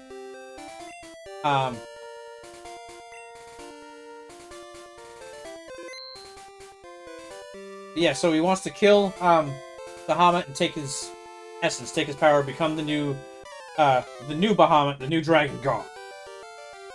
And he wants to take over Faerun, you know, like the Sword Coast, Baldur's Gate. It takes place. My campaign that I wrote takes place from Baldur's Gate. At one point in time, Baragost actually gets boarded up. Like the woods that are out there. You have Cloakwood, right to the north west of Baragost, and then you have the Wood of Sharp Teeth, which is to the northeast. But they ended up taking all the woods around Baragost, and then like standing them up all around to make a giant wall around Baragost. And what I did was I created my own custom version of a Draconian from Dragonlance, which are those humanoid dragons with wings, and they can't really fly. And in those stories, they can't, like in Dragonlance, they can't have babies. They can't breed at all. They're only magically created by Tiamat. But I had it in this one where Zarelak, in one of his travels, snatched them out of the Dragonlance realm and brought them into Faerun. And he ended up enchanting them and making them be able to breed, and then made his own race of Draconians. To be not his servants, but his brothers, because he thinks that dragons are superior. In the same way as like World War II was, where I know you can't say certain words, so I'm trying to avoid it. I can say cunt all day long, but certain words about a German leader. But anyway, so he has that same kind of view where he's like, you know, dragonoids, dragonkin are superior. Not C? Not C, yeah. I don't know if you can say that, that's the thing, that's why I'm saying, yeah. That's why not seeing things is completely makes sense. But he has that same type of mind frame. But not so drastic. He doesn't want to kill everybody. Yeah. He doesn't want to kill all of the races or a particular race. He wants Dragonkin to be the superior, like the gods of the planet. Like, if you're even a kobold, when a kobold walks by a human, he thinks the human should thank the kobold for its existence. That's how Zarelak feels about Dragonkin.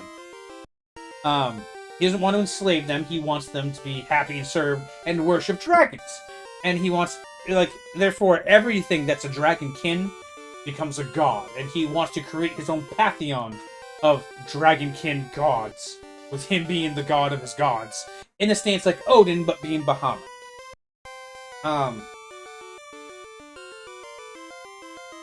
And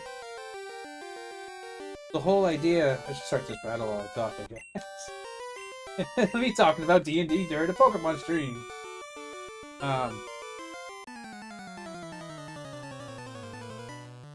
So I have it so he ends up sending the player characters forward in time. Like 50 years forward in time. Which my players never got to. I had it all fucking written out. But he sends them fucking forward in time. And Faerun is just a fucking scorched fucking area with human camps and shit. Human breeding camps, as it would be. And all kinds of crazy shit. Where they would have to be going by and like killing all these dragonkin. And there's just dragons everywhere. And I mean nasty fucking dragons. I forget his name, but he's the fire dragon of Faerun. He has always been. He is like the size of Baldur's Gate, if I understand correctly. Baldur's Gate, the city, he could just like sit and kill everything there. Do you know who I'm talking about? Yeah. he's out and having fun in his future. Like, haha!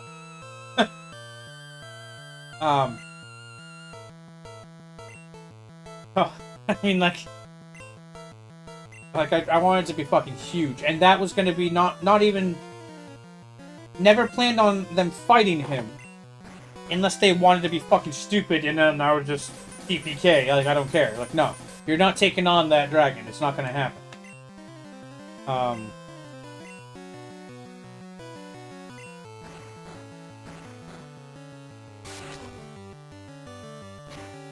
But he was going to be a menace. Like, he'd come in, he'd fuck shit up. He'd be, like, you'd have some dragons trying to come down and kill the party. The party kills off 2 or 3 of the dragons, and there's, like, 8 of them.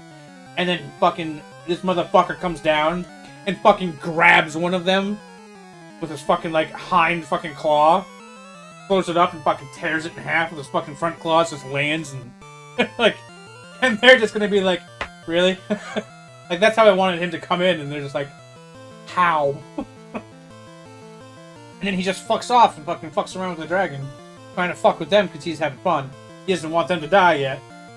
You know, like, you get the idea of, like, he's interfering, but they can still die. It's not like he's, like, plot armor to them, but having encounters happen. I gotta swap Pokemon. I didn't even know where I'm going with that one. Yeah. And maybe even have him come in and they get to fight him, but they're never gonna get to defeat him. Yeah. And my campaign would start you at level 1, and it would push you all the way up to level 12, where I figured I could push people to. But I want to add more content to it. I haven't finished writing it.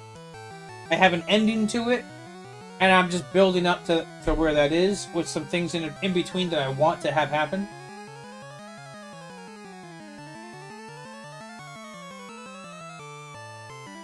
Yeah, see, that's the point that I'm trying to bring to the dragons.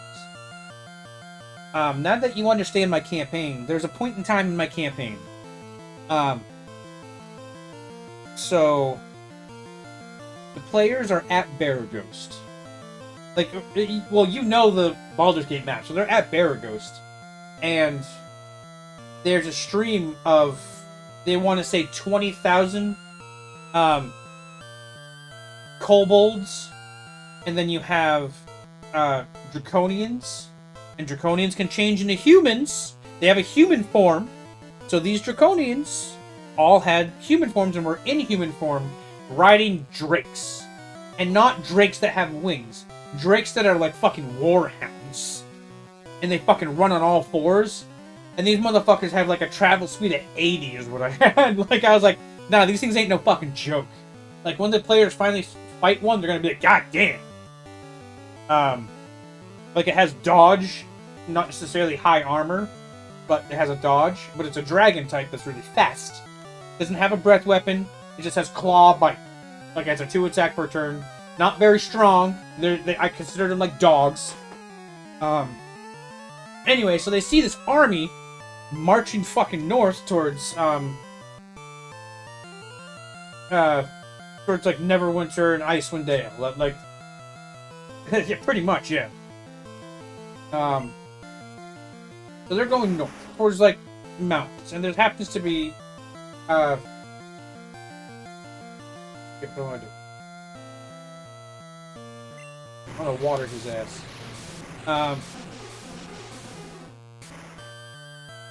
So, this whole army is just marching north.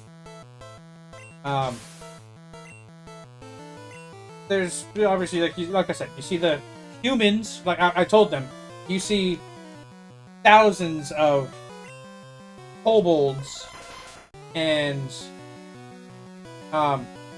some of them are on, you know, large mounts being pulled by hobgoblins. I think is what it was. I think it was hobgoblins, the bigger ones. Big dumb things that they fucking enslaved in the area. To pull them on fucking carts while it's a moving platform of kobold archers, and each one has 20 archers on it. It's so big. Like, pulling these type of troops because it's Zaralak's army.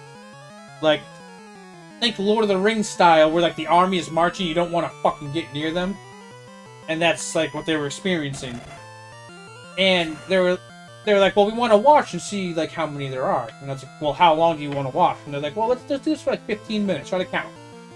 And I was like, all right. Well, along the way, you notice that there's 3 carts that happen to have like huge objects.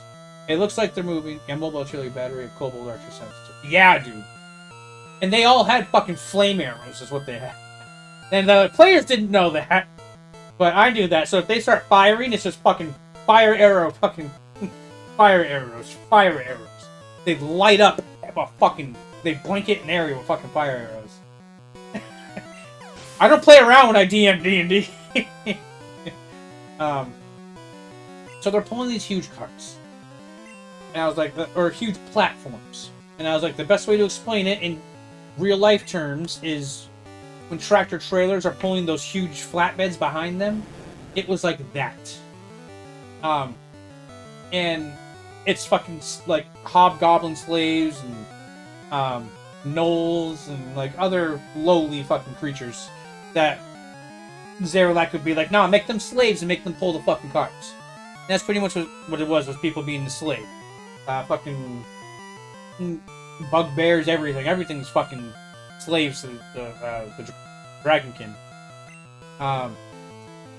Fuck.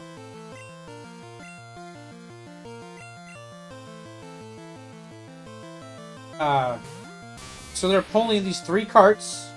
Where they see one go by. It's that big. It's covered. It has something underneath it that is moving. And it's completely covered up with a giant tarp drape or whatever, with chains that are pulled over it in multiple places. So they sit there and they decide to just watch as long as they can watch.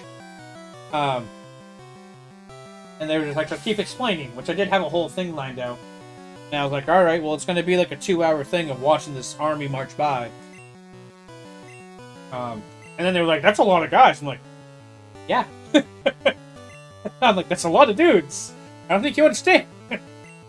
I'm like, and in that lot of dudes, there's 3 times they see this. So the first time, and then like 5 minutes later, they see another one, and then like fucking for like a half hour, 45. I mean, I spaced it out. I wrote it down. I don't remember off the top of my head.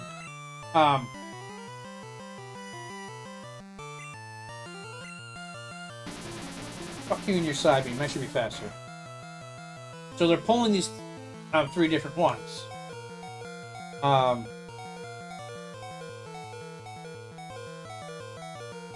And I'm gonna have to swap. Fuck.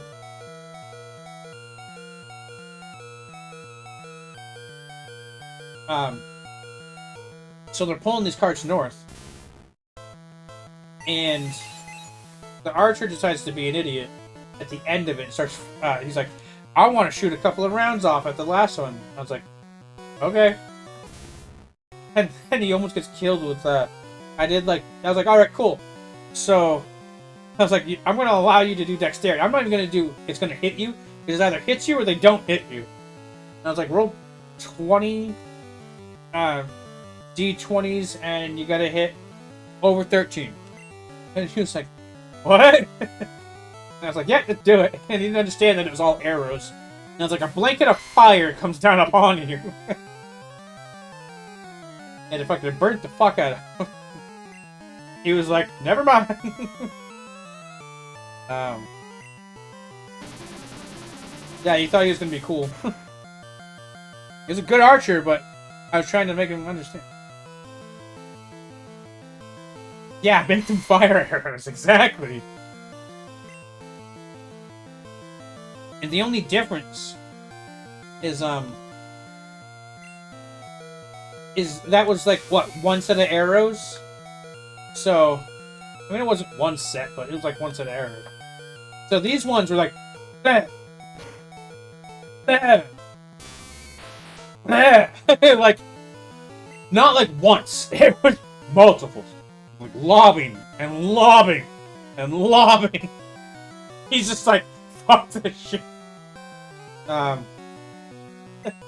It was fucking great.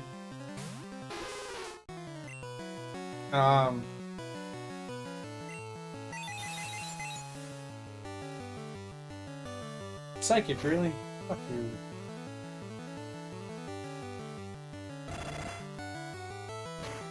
So they follow. Fuck.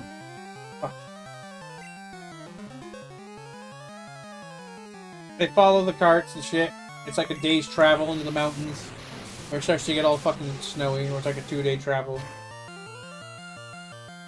I forgot how long I did it, but I measured it out. It wasn't a long time. Fuck.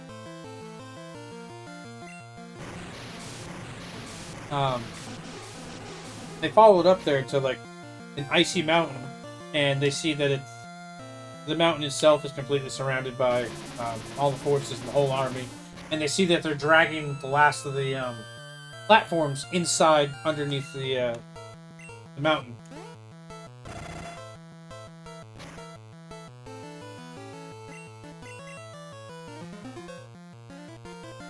So they follow it in, blah blah blah. They completely miss one area and have no clue what's there, and I still didn't even tell them. Which, probably good they didn't go there. It's kind of a trap, without being a trap. It was a... Anyway, so...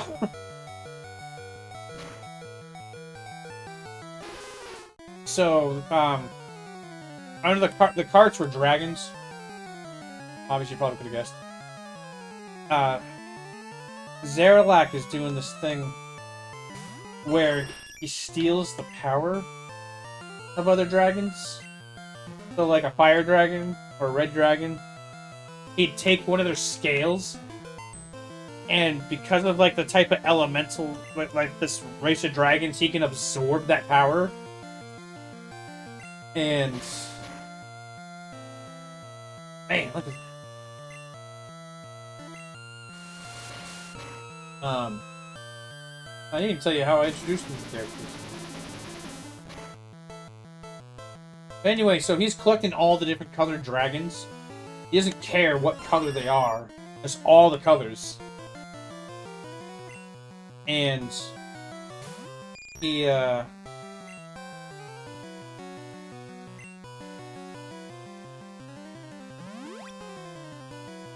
so he, like, rips off one of his plates, grabs the fucking scale, and, like, absorbs the scale onto himself and changes the color, and it changes over to a metal.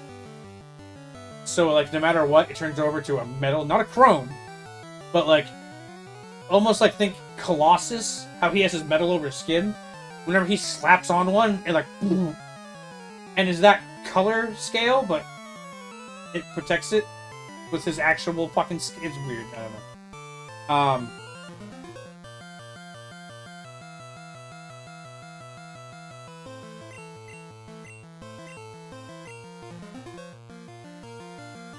on.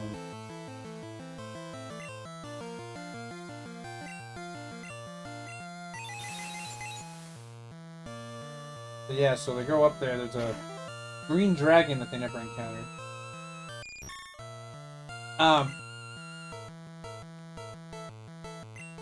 So Zaralak himself, he's like an Earth core is what he is. So like a molten planet core is what Zaralak is. That's what he is for the planet weapon type.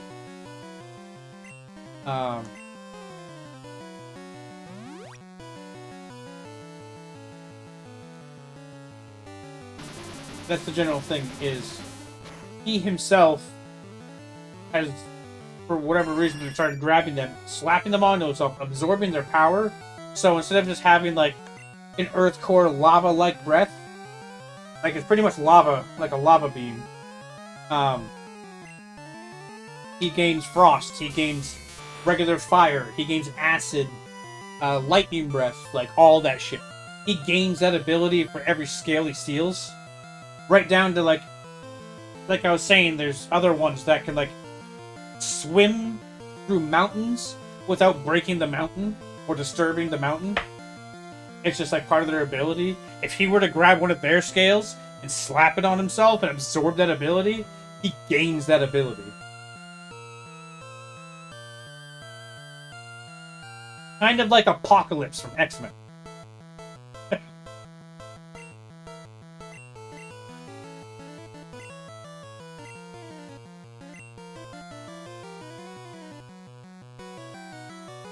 Pretty much, yeah, like an Omni Dragon.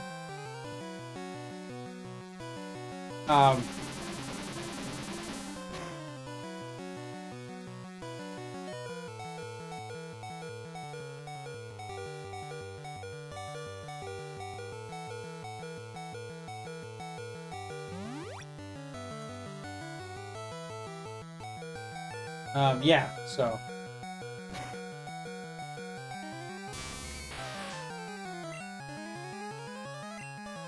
I'll get back to how I introduced him with that. I'll go back to that in a minute.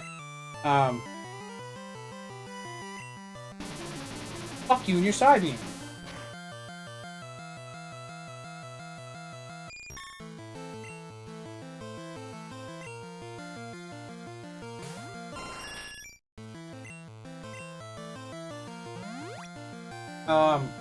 So they're at this ice mountain. There's a green dragon that's chained up underneath. They already took the other two dragons off. And it was supposed to be, you know, there's this dark room. And it's a dark cavern. And it has like a putrid smell. And it was a green dragon that was in there, chained up. And it was all fucked up. Like, it had all kinds of fucking arrows and spears stuck in its fucking, like, neck and head and fucking wings. Its wings were fucked up. Like, it was not going to be flying anytime soon.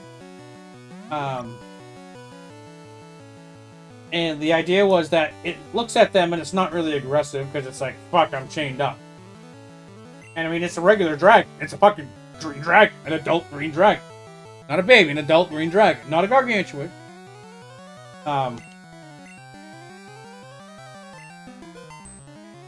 So the idea was they were gonna try to free it, and then it's a green dragon, and they're fucking adventurers. It's like, fuck you, bah! Like, and just start attacking them because it's a fucking dragon. It's a green dragon. They're evil. I could have made it non-evil, I know, and make it be thankful, but it don't give a shit. It's a dragon that was just in chains. He didn't ask you to save it, and it's already fucking in. And it's also in a fucking feral mode because it's been fucked. It was like a trap. So there's a lot of experience. Maybe I'd kill a player. Maybe I wouldn't. It wasn't going to have a lot of hit points because it was already fucked up. I was going to make it so it couldn't use its breath weapon. It couldn't fly. And it only had 2 attacks, which would be one hand and bite rather than claw bite.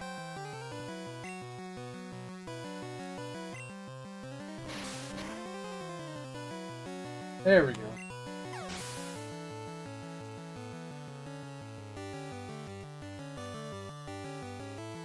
Yeah, exactly, yeah.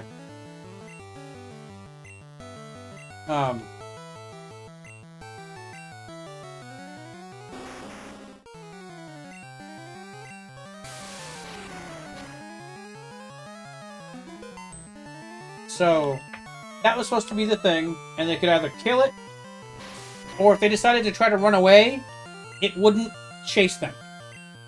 And that was going to be the key to that, is that it wouldn't chase them when they were running. If they decided to run. And it wouldn't even go for killing characters. It would go for disabling them in one way or another.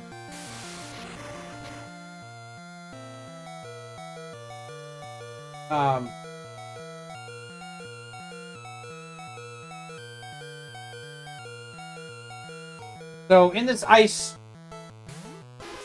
cave mountain, snow mountain, it's all icy. And I mean, it's fucking like ice floors, ice cavern. Perfectly fucking shaped. That's like the way that this whole place is carved out. Very obviously hand done or magically done.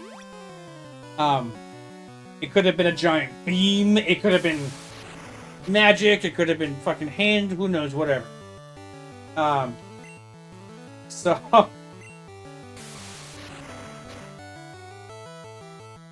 I had these like anti-paladin death domain paladin, like anti-death domain paladins. Death domain anti-paladins, yeah, whatever the fuck. That were like undead draconians.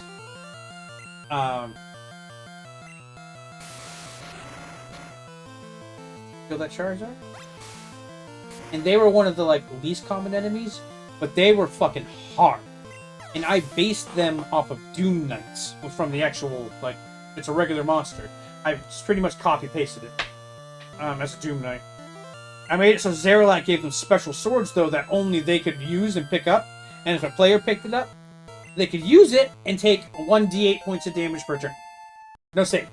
1d8 points of damage per turn of necrotic. So you can't fucking heal it back till you rest.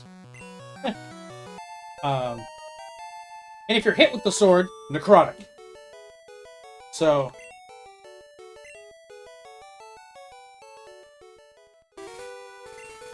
what else? In that same ice cavern, so there was 2 larger encounters. There's a bunch of small ones too.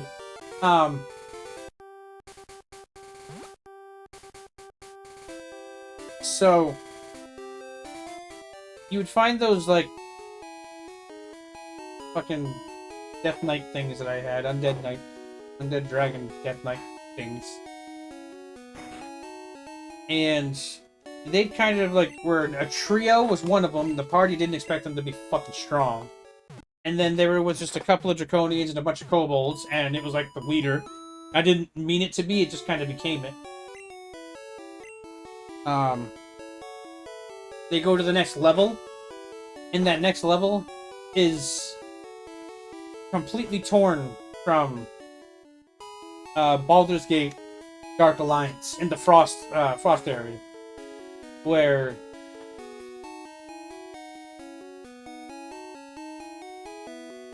not so much. It was like a Death Knight, like it was like in a sense like Death Knights from World of Warcraft, but they were completely mentally dominated by Zeralak. So it's like Zeralak's will, almost. Because it's not like you kill anything. It's just like what they are, and Zeralak's still controlling it. Because he's starting to become omnipresent. It's one of his first things. Next to making a race. Avatars of his will, yeah.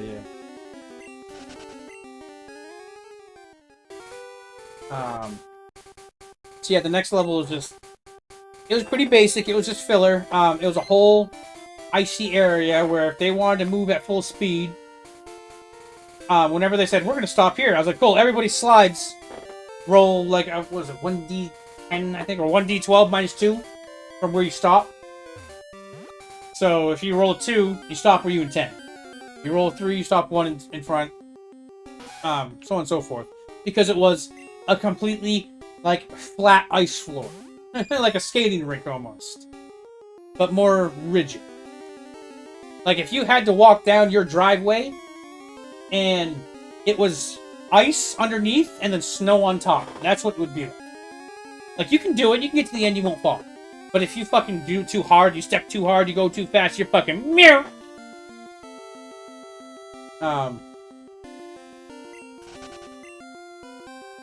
So that was the whole level itself as they're walking around. And they're constantly rolling to see if they're fucking running into each other or walls and shit. And they're like, what the fuck is the point of this? And the second one of them fell, I had the encounter of a Displacer Beast mounting him. The second that he was on the ground, it was already there.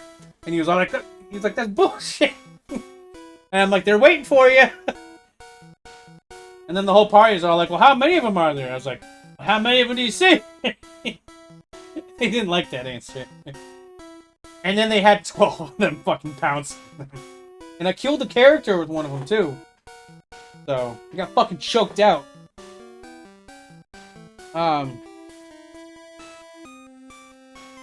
Yeah, I got fucking choked to death. Of all things.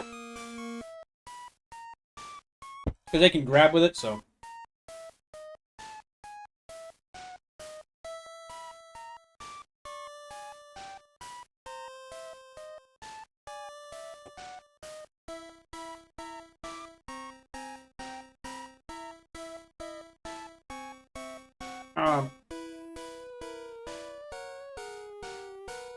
Trick question. It's a displacer beast. Yeah.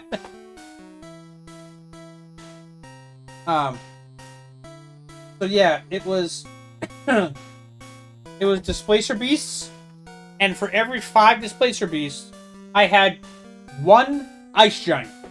And the ceiling was high enough to have an ice giant. That's how big I had it.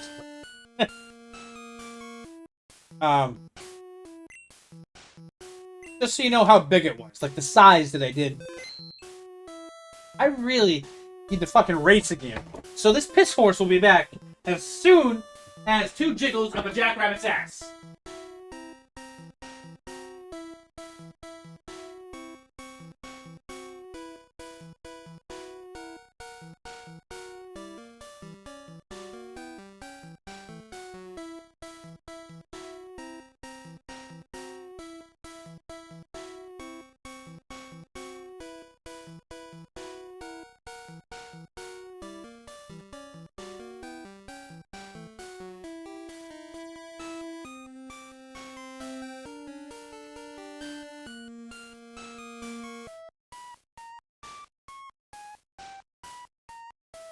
So, this whole second level was Displacer Beasts and Frost Giants.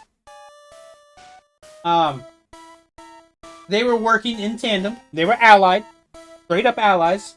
They did not attack each other. They work for Zeralai.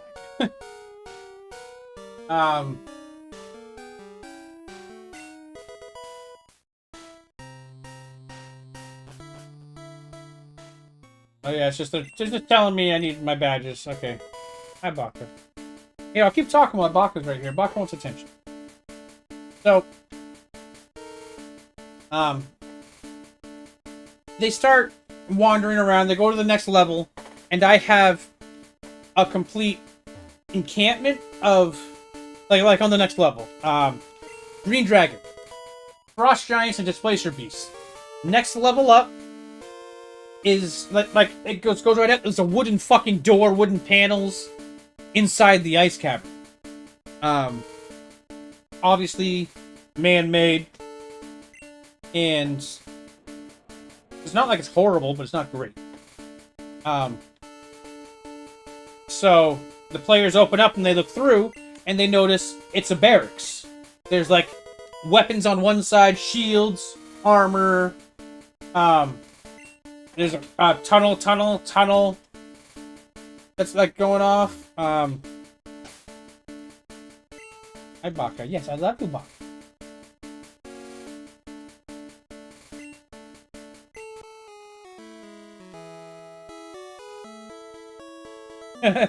Right as a hey, Baka. Cut that ginger puss.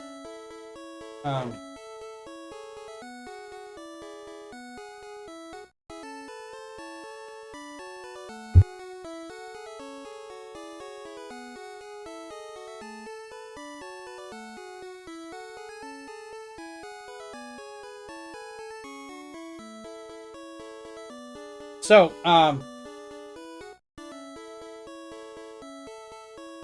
you know, it's a barracks is what it is. It's a barracks for the Draconians. So, there's, in this level of stuff, there is a spawning vat where they have, what are they called? Dragonborn and humans chained up on wall. Only females with tubes going to their stomach. And they're all hooked up in like multiple places. And then there's like a spawning pool in the middle of a room. And this is like, you go through, it's a barracks, there's beds, there's a canteen, a kitchen, blah, blah, blah. But then there's a spawning pool is what I called it. Like what I wrote down on my map was the spawning pool. where it was a bunch of futuristic equipment that the Dragon King and the human women were being like their eggs were being crossbred, so they would produce draconians, and this is how Derelict created this into existence, was doing it this way and like mixing the DNA, and he was creating them from his own essence. Because Derelict, he was like, actually, like, here's my essence to fucking create it. So they walk into a room and it's this like thing on the ceiling, like a big dome, almost like a disco ball that's just kind of pulsing like the planetary core. Alright,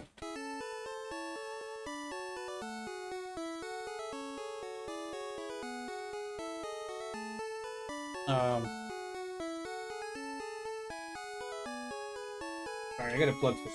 You know.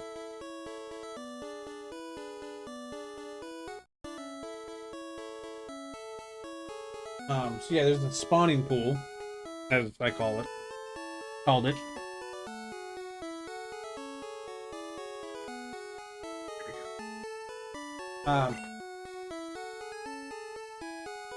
So the players go in, they don't have to, but, you know, I make it obviously a thing that these people are not willingly doing this. So the players would be idiots to just kind of let it happen, in my opinion.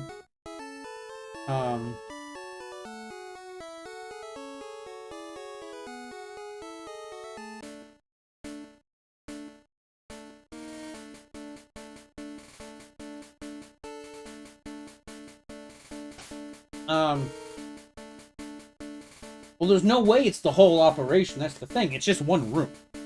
It was like a 20 by 20 room, and I think there was 8 or 10. Bro!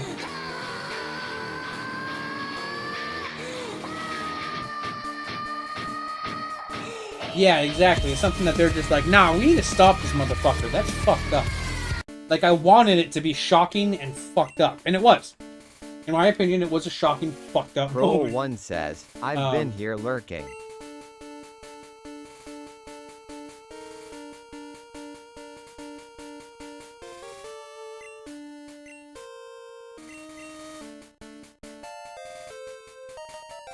You've been here lurking? You hear me talking about D&D right now? I'm fucking going on a rant about my campaign. Alright, so another badge. So yeah, there's that spawning pool. They destroyed the spawning pool, and I'm like, alright, cool. So you guys like destroy the spawning pool. They're like, yeah, well, we freed the women. And I'm just like, alright, cool. Well, they dropped to the ground. And they're like, alright, cool. Well, I want to use cure like wounds on them. Like one of them was a cleric. And I was like, doesn't appear to do anything. And they're like, what? And I'm like, yeah, it doesn't do anything. They're just bleeding out and they're like dying. Like, cool, can I give her a potion? I was like, yeah, go ahead. Willingly accepts it. Yeah, no problem. Well, what happens? I'm like, nothing. Like, fuck. And like, since they were like detached from it, they start just like withering away. And then all the girls die. All the women die. The players are like, cool, we freed them. They all died in the end anyway. Like, if they were like begging for help, like, please help, like, come on, help us. Like that type of shit, like, oh, get us down. And then they're so thankful. They're like, yeah, you know, like the Draconians, they came in and to our village and they killed all the men and fucking all the kids, and they just took us, the women. Like, well, where are you from? It's like, well, you know, I was from Baragos. And you know, you saw they saw the Draconians were already in Baragos at that point in time. So you know that her and probably the rest of these guys, or girls, were from Baragos. But then they all die. You don't know, and you don't know if they're like where they were from, who to inform. You didn't have any other information. Like, they're completely naked. They have no clothes, no notes on them. You can't take a picture of the other face to be all like, hey, do you know this person? What are you gonna do? You're gonna drag all fucking 10 women out of this fucking ice cavern, bring them all the way back to fucking a place that's currently taken over by the same people that fucking set them up? Like, you're gonna leave them there? The fuck do you do? Like, I was trying to like make it like fucking touch them for a second. Like, you guys have to make a fucking decision of like, what are you guys doing? Anyway. So, my players ended up destroying the whole thing, and then they set up an explosion to cave it in. Yeah, better to die than be hooked up like that. That's what they were going at. And I mean, it changed the fucking mood of the party real quick, too. Like, you play D&D, right? Like, I'm pretty sure you play D&D, you told me. Right, Sham? I know you like Baldur's Gate, so it's the same fucking thing. Plus, it's my character's story, so, not my character, my player's stories. Yeah, since advanced. So, they end up starting to go up to the next level, and there's like two different sides to it. I have one that goes up on like state east, one west. I have it completely opposites.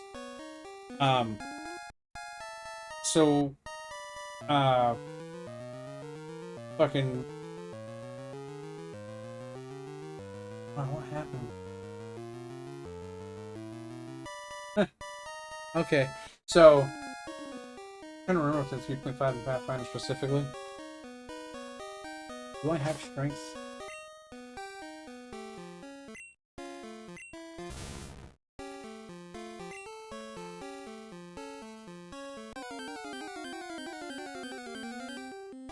Specifically, yeah. 3.5 was the first one that I really got into.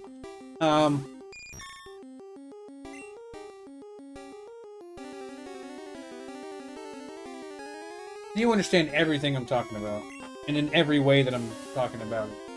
Good. All I really want to know.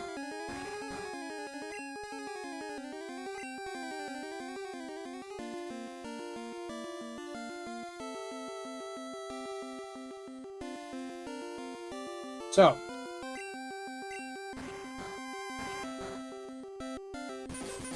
they went up one way. They just went that way first anyway, and it was like the ice started to kind of they could see bones underneath, and then they started seeing bodies of random races of creatures and people, orcs, gnolls, kobolds, not kobolds, humans, fucking elves, all that shit, dwarves. It didn't matter. They started seeing the whole tunnel system start to be kind of surrounded by it. And as they started going down, it became straight up a bone fucking tunnel. And it had torches that were fucking bones and shit. It was spooky, definitely. Spooky, I guess, is the best way to think of it. And it came down to, like, a throne room that was all bone and, like, blue fire everywhere.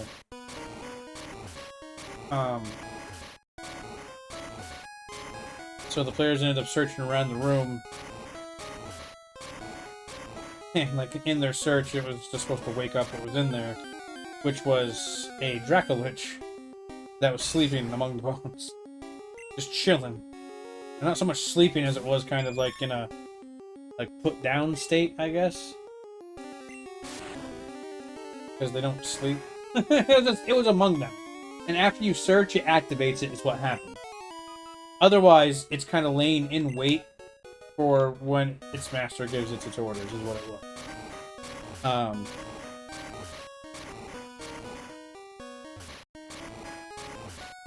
Oh, shit.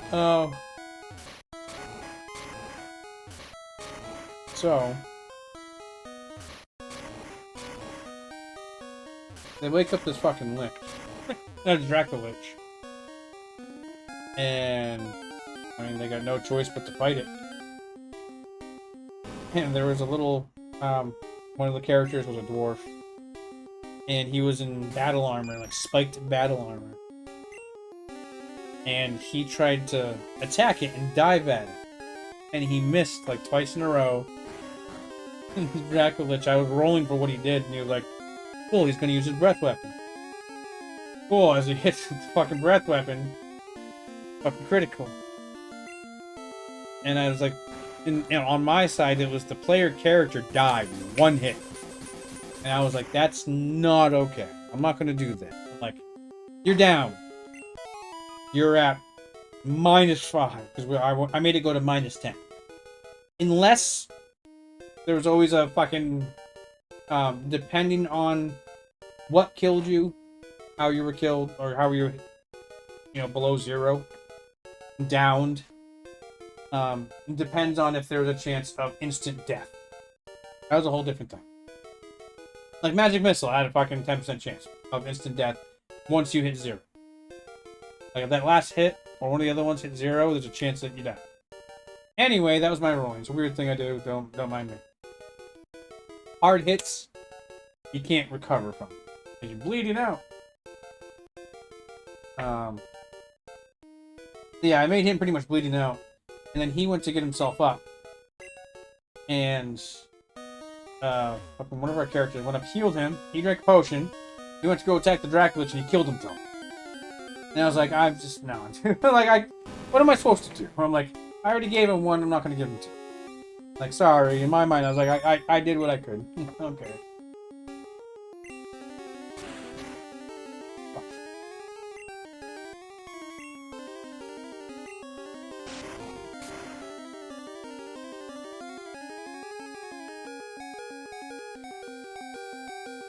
Yeah, Ford's gonna save for his death. Yeah, makes sense. Perfect.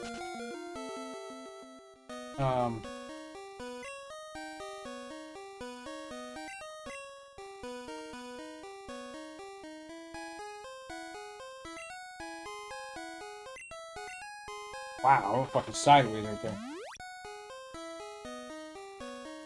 So, anyway, Dracolich kills off the fucking Dwarf Battle Rager. That's what it was, a Battle Rager. Kills the Dwarf Battler. Well, the Dwarf Battler kills himself. Lich doesn't even fucking kill him. So, I still can't believe this is a fucked up game.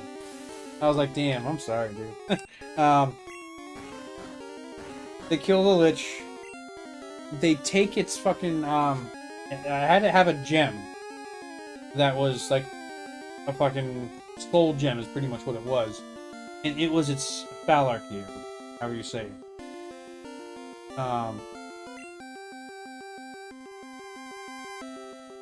And it has 2 Phalarchy. I hope I'm saying that right. So one of them was the gemstone. Yeah, it has 2 of them. It has like the soul stone that it's forced to have on its body, and then it has another one which players don't know. It's lore in my eyes. It's lore accurate back at like the main hatchery for Zerlak. So if it loses that life, it never permanently dies. He already set it up. He already has it set up. He has a Phoenix project ready. Like, you understand Phoenix project.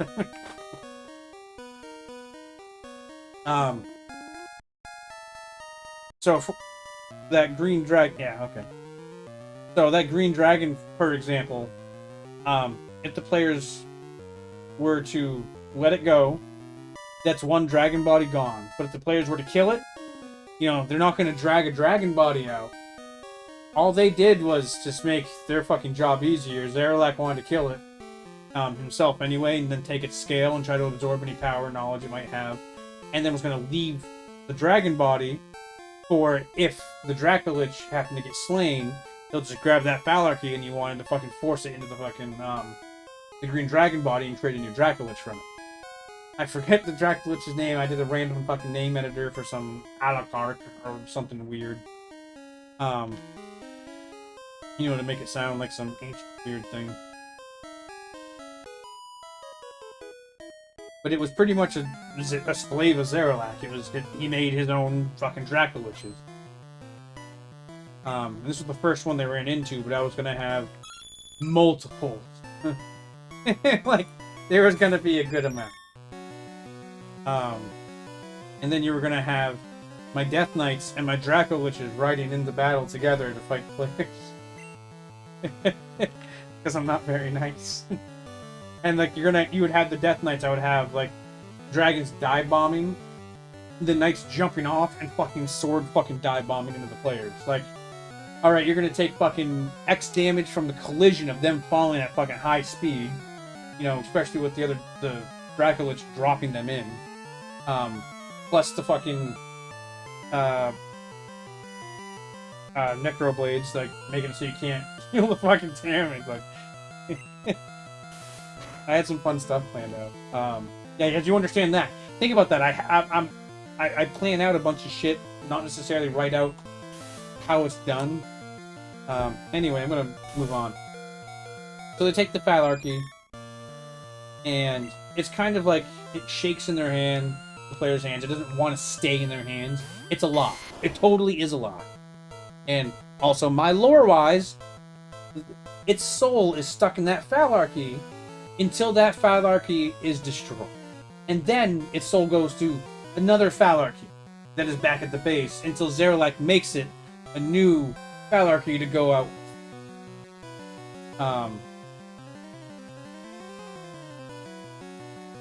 So they have it. It's trying to shake out of their hands, and like it'll hop on the ground like a jumping bean, like if it has the opportunity, you know.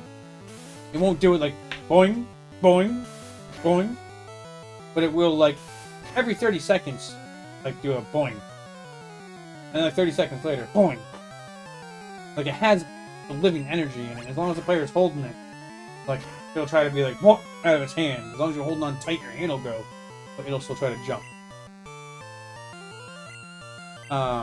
Anyway, so they have that on there. And they're going off to the other side. And on the other side, it's just an open fucking cavern. So, like, it opens up, and then they can see Baldur's Gate off on one side. They can see a small, little, tiny circle. Like a larger circle for Baldur's Gate. Like, hey, that's that quarter-sized place? That's Baldur's Gate. That, like, little, tiny little circle right there, that's the wood that's around Baragos. Like you can see out the fucking thing, but it's just an ice fucking cavern. And they're fucking up fucking 500 feet, 600 feet. So you understand that look. And the players go up and they start searching around. And it's another ice cavern, but they notice that the ice is more chunked out, so it's not as slick. And it's a little, it's got dirt, and there's like brush and other shit, and there's bodies and like strewn around, and the whole area is a little bit easier to walk on, because it's obviously very much trampled on by what seems like barn animals. Like you know, if you walk into a barn, there's all that dirt and shit that's on the ground. Not necessarily shit, but sometimes shit. But there's dirt, and then there's leaves, and there's whatever else got stuck on its fucking hooves. Or, you know, whatever the animal's chewing when it brings it in and drops it. That's what it looks like all around. In this ice cavern. That's still open to the outside. And, like, I make it so the players, they find a couple of potions, they find dirt, yeah. And it's not meant to look like a barn, it's just that style of what it's looking like.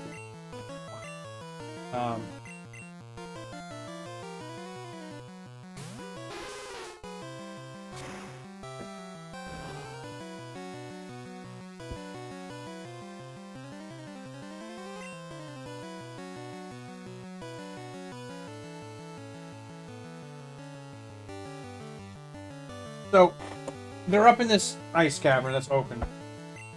They find a bunch of items. They find a bunch of gold. They're wondering what their next plan of action is. And before they can decide, like, they're talking. I let them talk for 5 minutes or so. They're like, well, as we go over here, you know, over there it looks like they're looking out. And they're like, if we go this way, it looks like the army went that way. I can see the path through the trees. And then fucking white dragon fucking flies up on one side, and they're like, motherfucker! They don't even fucking understand what's going on. Just like, the fuck you do? And it's just looking at the fucking players, and they're like,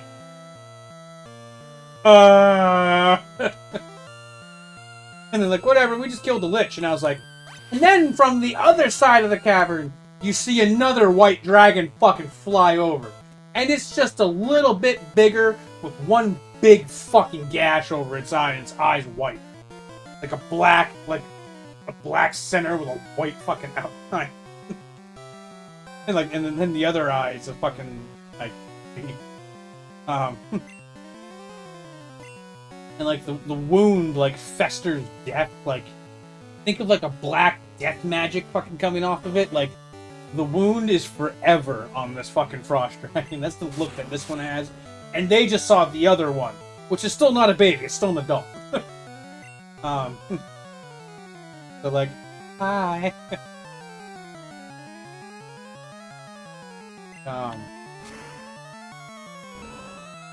Yeah, that was fun with my players actually, the way that they were responding to it. Because there were just a couple of them like ended up like they rolled up a couple of joints, they ended up smoking some joints. They're all relaxing, like they're like this on my couch. One of them's half asleep. Like my bro's sitting there all like, well, I mean, like we could have our party camp here. And I was like, yeah, we're rocking a hard place. They could go back down the tunnel, that would be it.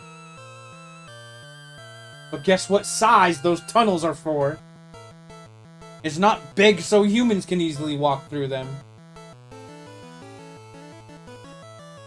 Well, they thought that they were done. They already killed the fucking Lich.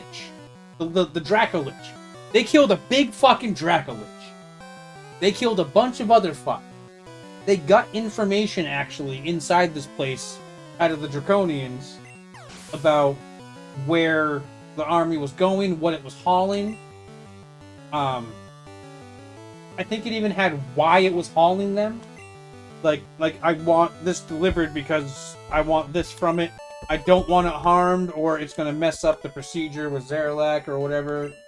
Like, it gave out the information because it was orders, is what the players found. I don't even care to get any of it. So they weren't expecting it, and I purposely did that because I wanted them to not expect these two fucking dragons to show up while they're already fucked up and trying to make a decision off guard. I was trying to kill another character right there. Like, I wanted that fight to kill a character to send a message that Zaralak and his shit ain't fucking around.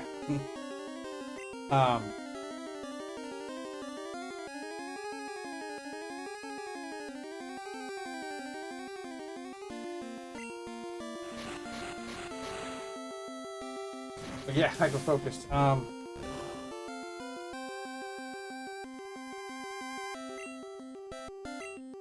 So the whole fight itself, like, the players are like, alright, cool, well, what are they doing? And I was like, they're both doing breath weapons, and they're just like, what? And I'm like, yeah, they're both doing breath weapons while they're flying out there. They're attacking with breath weapons. The party was like, alright, whatever, you know, I can pass that. The party did pretty good, they didn't take a lot of damage. They're like, oh yeah, we're all fucking happy. And they're like, cool, well, we're gonna swap weapons. I was like, alright, that takes an action, right? How many actions? You only get one? Cool. And he's like, shit. And I was like, yep, alright, end of your turn. You know, everyone else does their thing. A couple of them do their ranged attacks on the dragon, casting spells. Some that already had fucking bow and arrow, or a crossbow, I think, was one, and sling was another. One was fucking, a warlock spell, a fucking boom! It's a free level spell, 0 level spell. But they were attacking the dragon like they should be. You know, you would do that. But I had it so the first one that swapped out to their ranged weapon, I had one of the dragons fucking dive bomb. Fucking immediately was like, what? And fucking slammed the character against the fucking opposite end of the cavern is what I had. And they were just like, what the fuck is that? And I'm like, nope, it happened. Too bad. It happened. I'm like, so you guys roll, I think it was a, was it roll Constitution? Roll Constitution or take 1d12 is what it was. And if you passed the Constitution pass, you didn't take anything. You were just slammed against the wall and stunned for that turn. And if you, because everybody had individual, including the dragons, for rolls. So the dragons didn't go 1 dragon, 2 dragon. It was like 1 player dragon, 2 player, 3 player, 4 player dragon, 5 player, 6 player. Player 1, dragon. Like, so like the order was more better, I guess. Why is that Ivysaur higher level?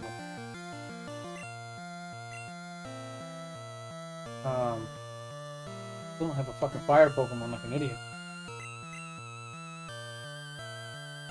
So these dragons, like, one gets fucking dive bombed and slammed into a wall, and they ended up failing their getting up fucking thing.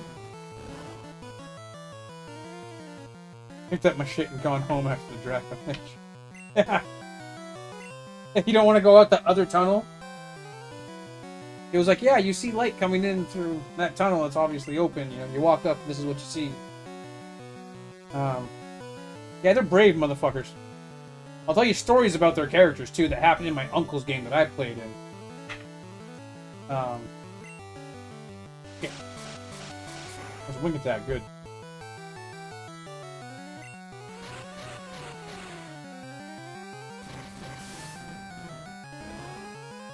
Fine Whip.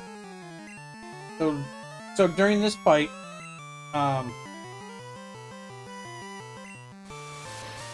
you had no, you went through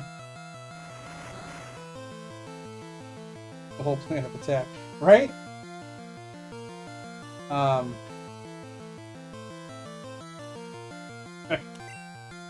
Which, by the way, this isn't something they had to do.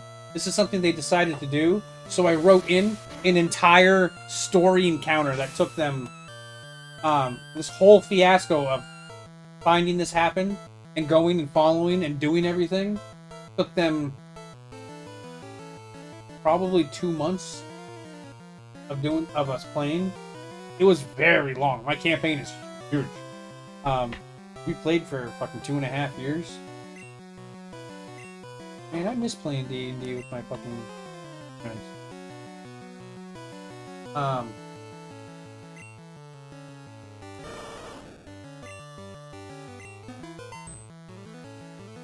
So during the fight, you know, the dragons had a few base things, like they had the breath weapon, they had a claw and a bite, and I had the one that's a little bit bigger would do something a little bit more unique, and I had it so he did 2 attacks, and the first one was attack. Did he hit? Yes.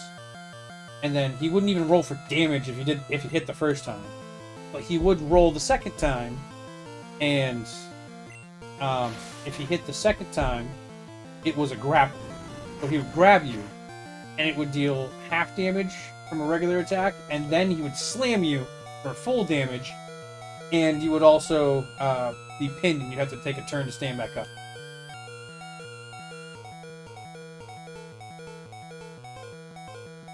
Yeah, exactly. That's what I'm going for, is like, if I'm going to write a campaign, I'm not writing a little campaign. My campaign is going to be fucking epic. I don't care. I don't care what anybody says. I don't care how foolish, how cliche. I will add in every single fucking cliche if people enjoy it. And then I'll release it for fucking free if people enjoy it. Not completed, which sucks. I need to continue writing.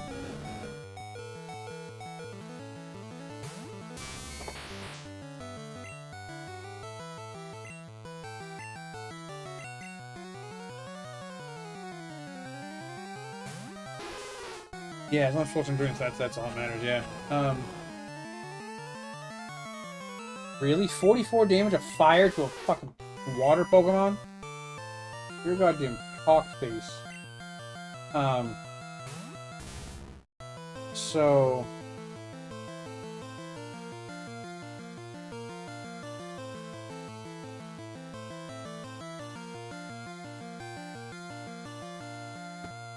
So anyway, they're in this battle. You have the dragon, which has the whole... One of them has a hit. And it has a breath weapon, too, if they want it. When I had it so... It would do melees, breath weapon. That was its attack combo. The big one always had melee, and then if it decided to, it could have a second attack that turn. And I had it be a 25% chance of having 2 attacks. And if it did have that second attack, it would also be a breath weapon every time. So it could either do a lot of breath weapons or none of them, because it's a cocky bastard. And like I said, it would go up, and the first attack, if it was a hit, you roll again for a hit on that with that dragon, and he grapples, does, I forget, I think he did 2d8 damage. So when he grapple attacked, he would deal 1d8, and then he would slam you for 2d8, which is his normal damage, 2d8. If you were to miss the first attack but hit the second attack, he only does 2d8, a regular attack. But if you did the grapple and slam, it was more damage, and you were fucking, you were downed. You were not dead, but you were like, you're laying down. So you had to stand up and use an action to stand up. But there was also 25% chance that he's gonna breath weapon you in the face. And you're gonna be fucked. So he had some fucking combo attack is what I made him have. For a chance. Alright.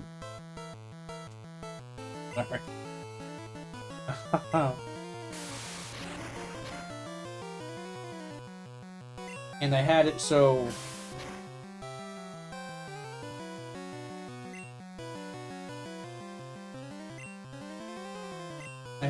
on a D12, I would roll a D12, like Ren but on steroids, yeah. So I would roll a D12. Maybe it was a D6. I think it was a D6. So I'd roll a D6, and starting with my first roll in the D6 of every turn, I would count 1. And if the dice rolled a 1, the big dragon would fucking jump up inside the cavern and slam his wings and his back against the ceiling, and it would drop fucking ice spikes all over the cavern. And all the players would have to roll 4 times in the turn, or take 1d8 damage, and then a dex save to see if they're knocked prone. So, one turn, roll a d6. If it's a 1, it happens. Second turn, roll a d6. If it's a 1 or a 2, it happens. Third turn, if it's a 1, 2, or 3, it happens. But it always happens within 6 turns. But it can happen multiple times. So every turn, he could wham, wham on the fucking ceiling to fuck up the party. And I got him to pull that fucking thing off a good amount of times. I also had, like, I wrote out their health bars on a piece of paper, and each time they got to a certain health, different things happen, different actions happen. But there was also a percentile of what thing was going to happen. I wasn't going to pre-choose it, I was going to randomize it the entire fucking way. So I could reuse this exact encounter with different variables in another thing later on. Which I did set up too, which was pretty fun for me. I call it mechanics. I call it like super game mechanics. I'm fucking weird.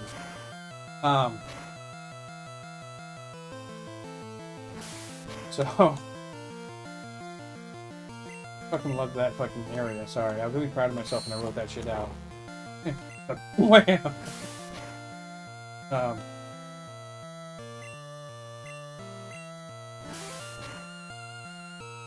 Yeah, the party ended up fighting them. When you get to a certain percentile of life with the frost dragons, each one of them, they both have the same ability that they do. Which, when you get them down to, it was the 3rd life, I think is what I did. They would jump out of the cave and fly around the outside for a moment, so you couldn't hit them. And I mean, if people were casting spells or shooting arrows at them. Exciting and unique. Like, yeah, it should use the environment.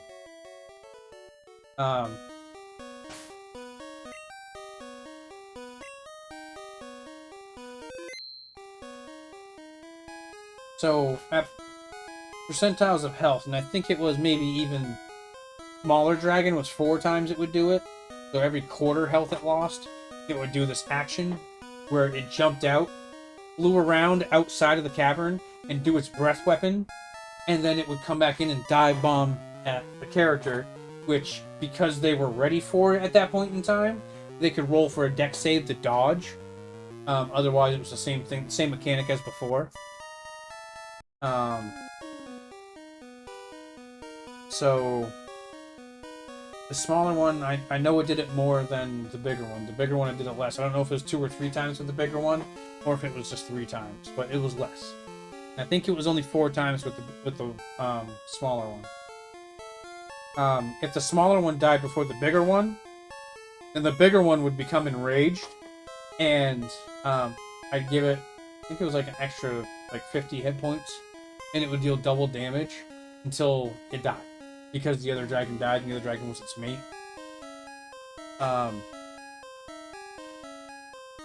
But I had that shit happen. As they're killing the bigger dragon, the bigger white dragon, as it dies, it kind of like starts to do the step back, and it's like, fuck you. You guys are fucking assholes. Like, trying to breathe weapon and it's not working type deal. I made it dramatic. Cinematic mentally of it going off. Like, they're hitting it, and I'm like, alright, the dragon's not attacking anymore. It's still standing, it's trying to paw you off. And I was like, so it rolls and it misses. And it's like, it misses me? And I'm like, yeah, it misses. Like, it rolls, it misses again, it tries the breath weapon. And I was like, do a save, and you get +2 to your save. And they're like, why do I get +2 to my save? And I'm like, because its breath weapon is really weak right now. It's like, you can see it's fucked up. So there's beating on it and beating on it until it falls off the fucking cliff. So along one of these bits, I have it so the characters that were up there, where the Phalarchy was, that was on a character, it jumps out, and White Dragon's like finally falling back and falls off the edge. The Phalarchy jumps after it. He kind of goes, and the players are like, yeah, and I was like, all right, yeah, roll to catch it, and they're like, yeah, I'm gonna roll, and I was like, nope. Roll, nope. Like, they weren't gonna get it no matter what, but I let them roll to give them that feeling that they could stop it. And they were like, could we ever stop it? And I was like, you'll never know now. The Phalarchy goes after it, and you see the dragon that's obviously, to them it's dead. I gave them the experience. I didn't steal experience from them. They completed the fucking boss battle. And I was like, it wasn't experience for each dragon, it was experience for the battle. Completing the encounter experience.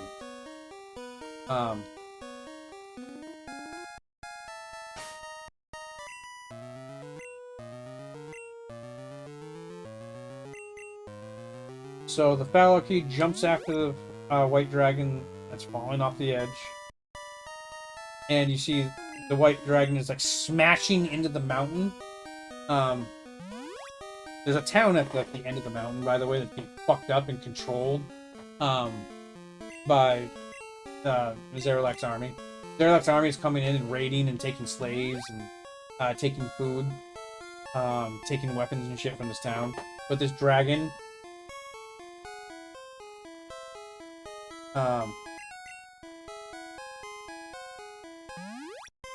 so like the dragon hits the mountain and like is tumbling down the mountain and causes an avalanche, which covers half of the town that's at the end of at the bottom of the mountain.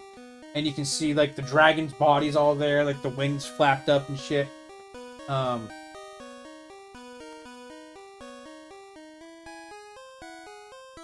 then yeah, actually like the Phalarchy goes down.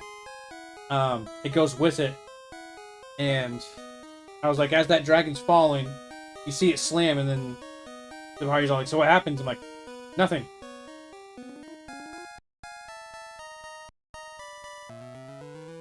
Yeah, it doesn't feel good. And I'm just like, yeah.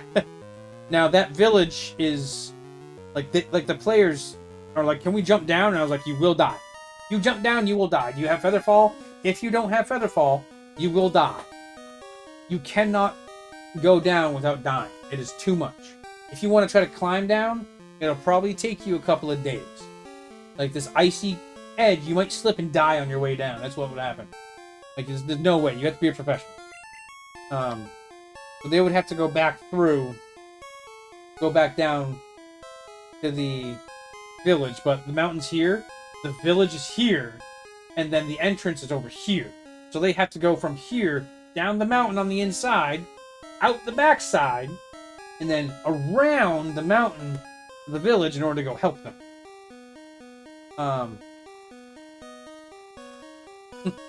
So, I mean, the thing is, though, you see the dragon go down. The dragon's body fucking wrecks the village. like fucks the village up. The avalanche buries half of the fucking population of the village.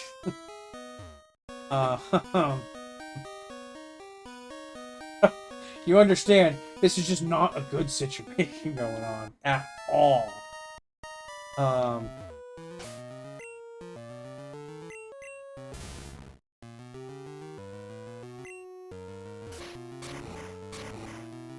Me finishing up my story, which is also just my D&D campaign, and what they did and what happened. I'm actually telling you what happened with the players. So yeah, the fucking Falcon takes a hold of the fucking the dragon's body. It starts to change it. The players can see it happening from. Fuck.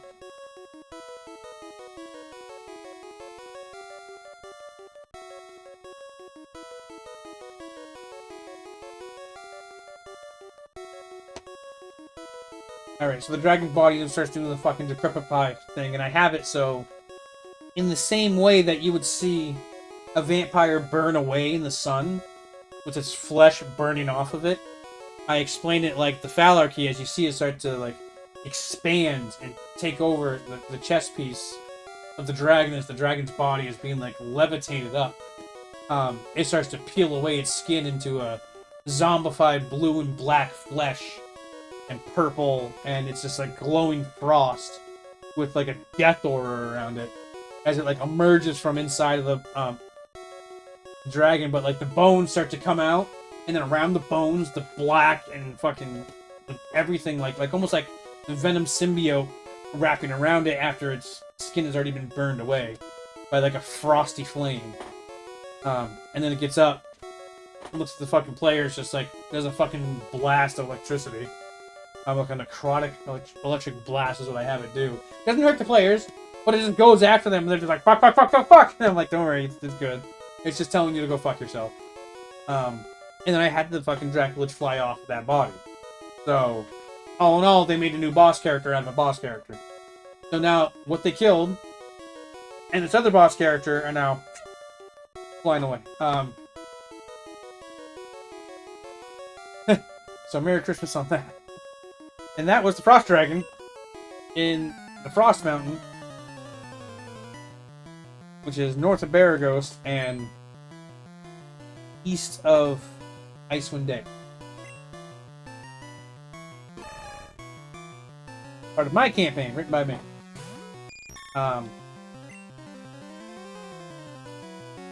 So yeah, it is. I made it lore connected, and because of that, I made different areas be different things. The players ran into another area too. Well, I'll stop right there. How do you like that? Damn. Is that like a campaign you would enjoy, for example? I mean, there's so much more detail. You know there's more detail that's in there.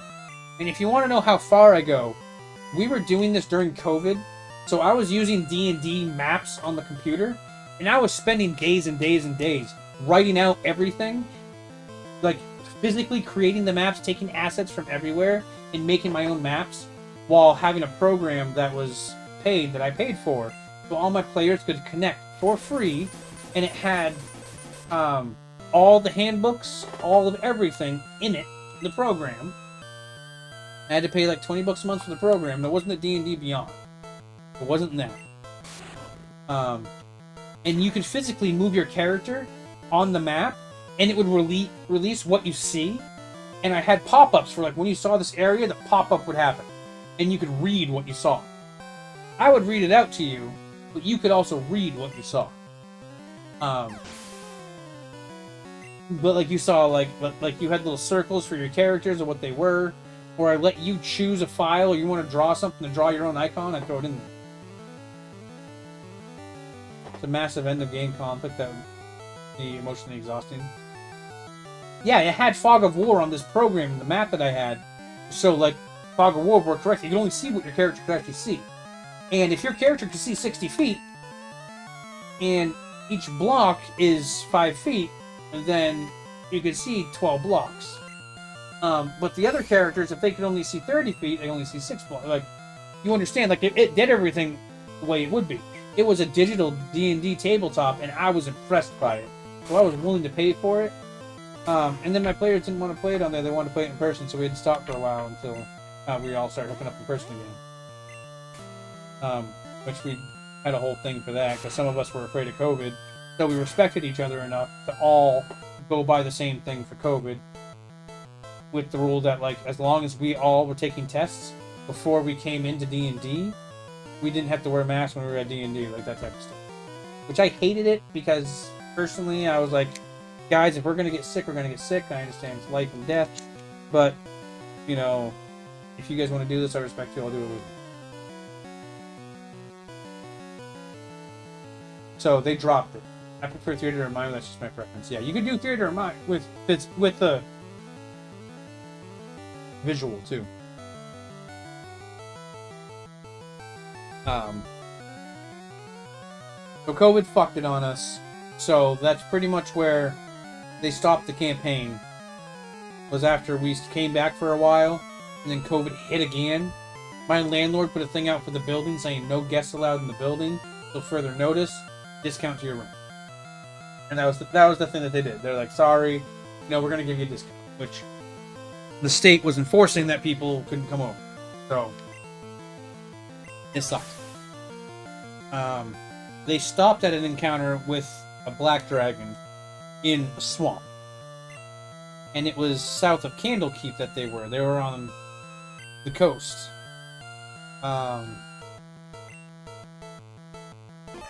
Oh, Butterfree's finally over 100 health. No shit.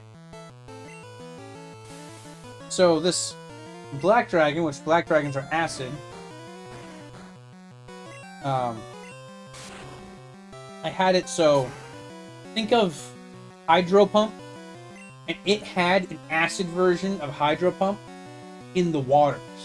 So if you were in the water, and it decided it had like almost like a magic spell, in a sense, magic spell, almost like a spell, where it could, on command, have two pillars of acid water like splash up to a character that happened to be in an area. You had a dex save for no damage. And it could do it during the turn fucking twice, 50-50 chance. And it had its attack and its breath weapon. But it was out in the open, and it would fly around also. But it wouldn't die out in the open. It would run away first. And I was writing that, and I haven't written anything since that. But I also already have the ending decided of how I'm going to go with it. But yeah.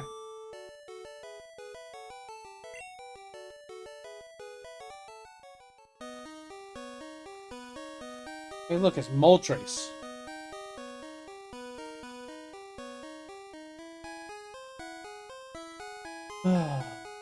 Alright, guys.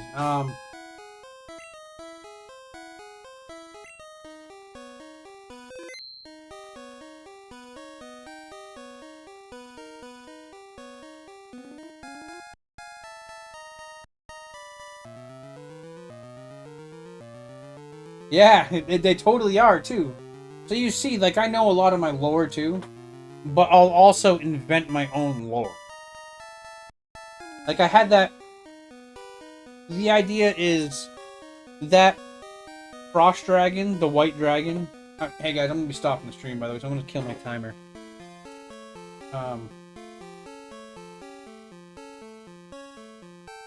So, like, that Frost Dragon... I did a couple of things with that.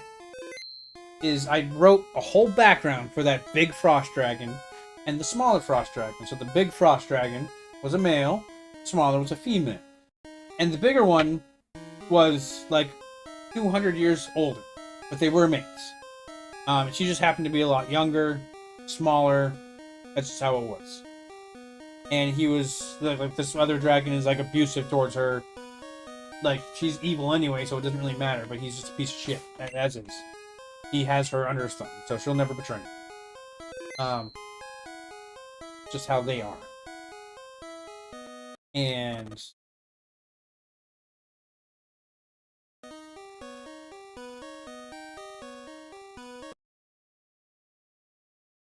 I'm gonna go over here. Cam, because I'm just talking to you, I'm gonna kill the YouTube.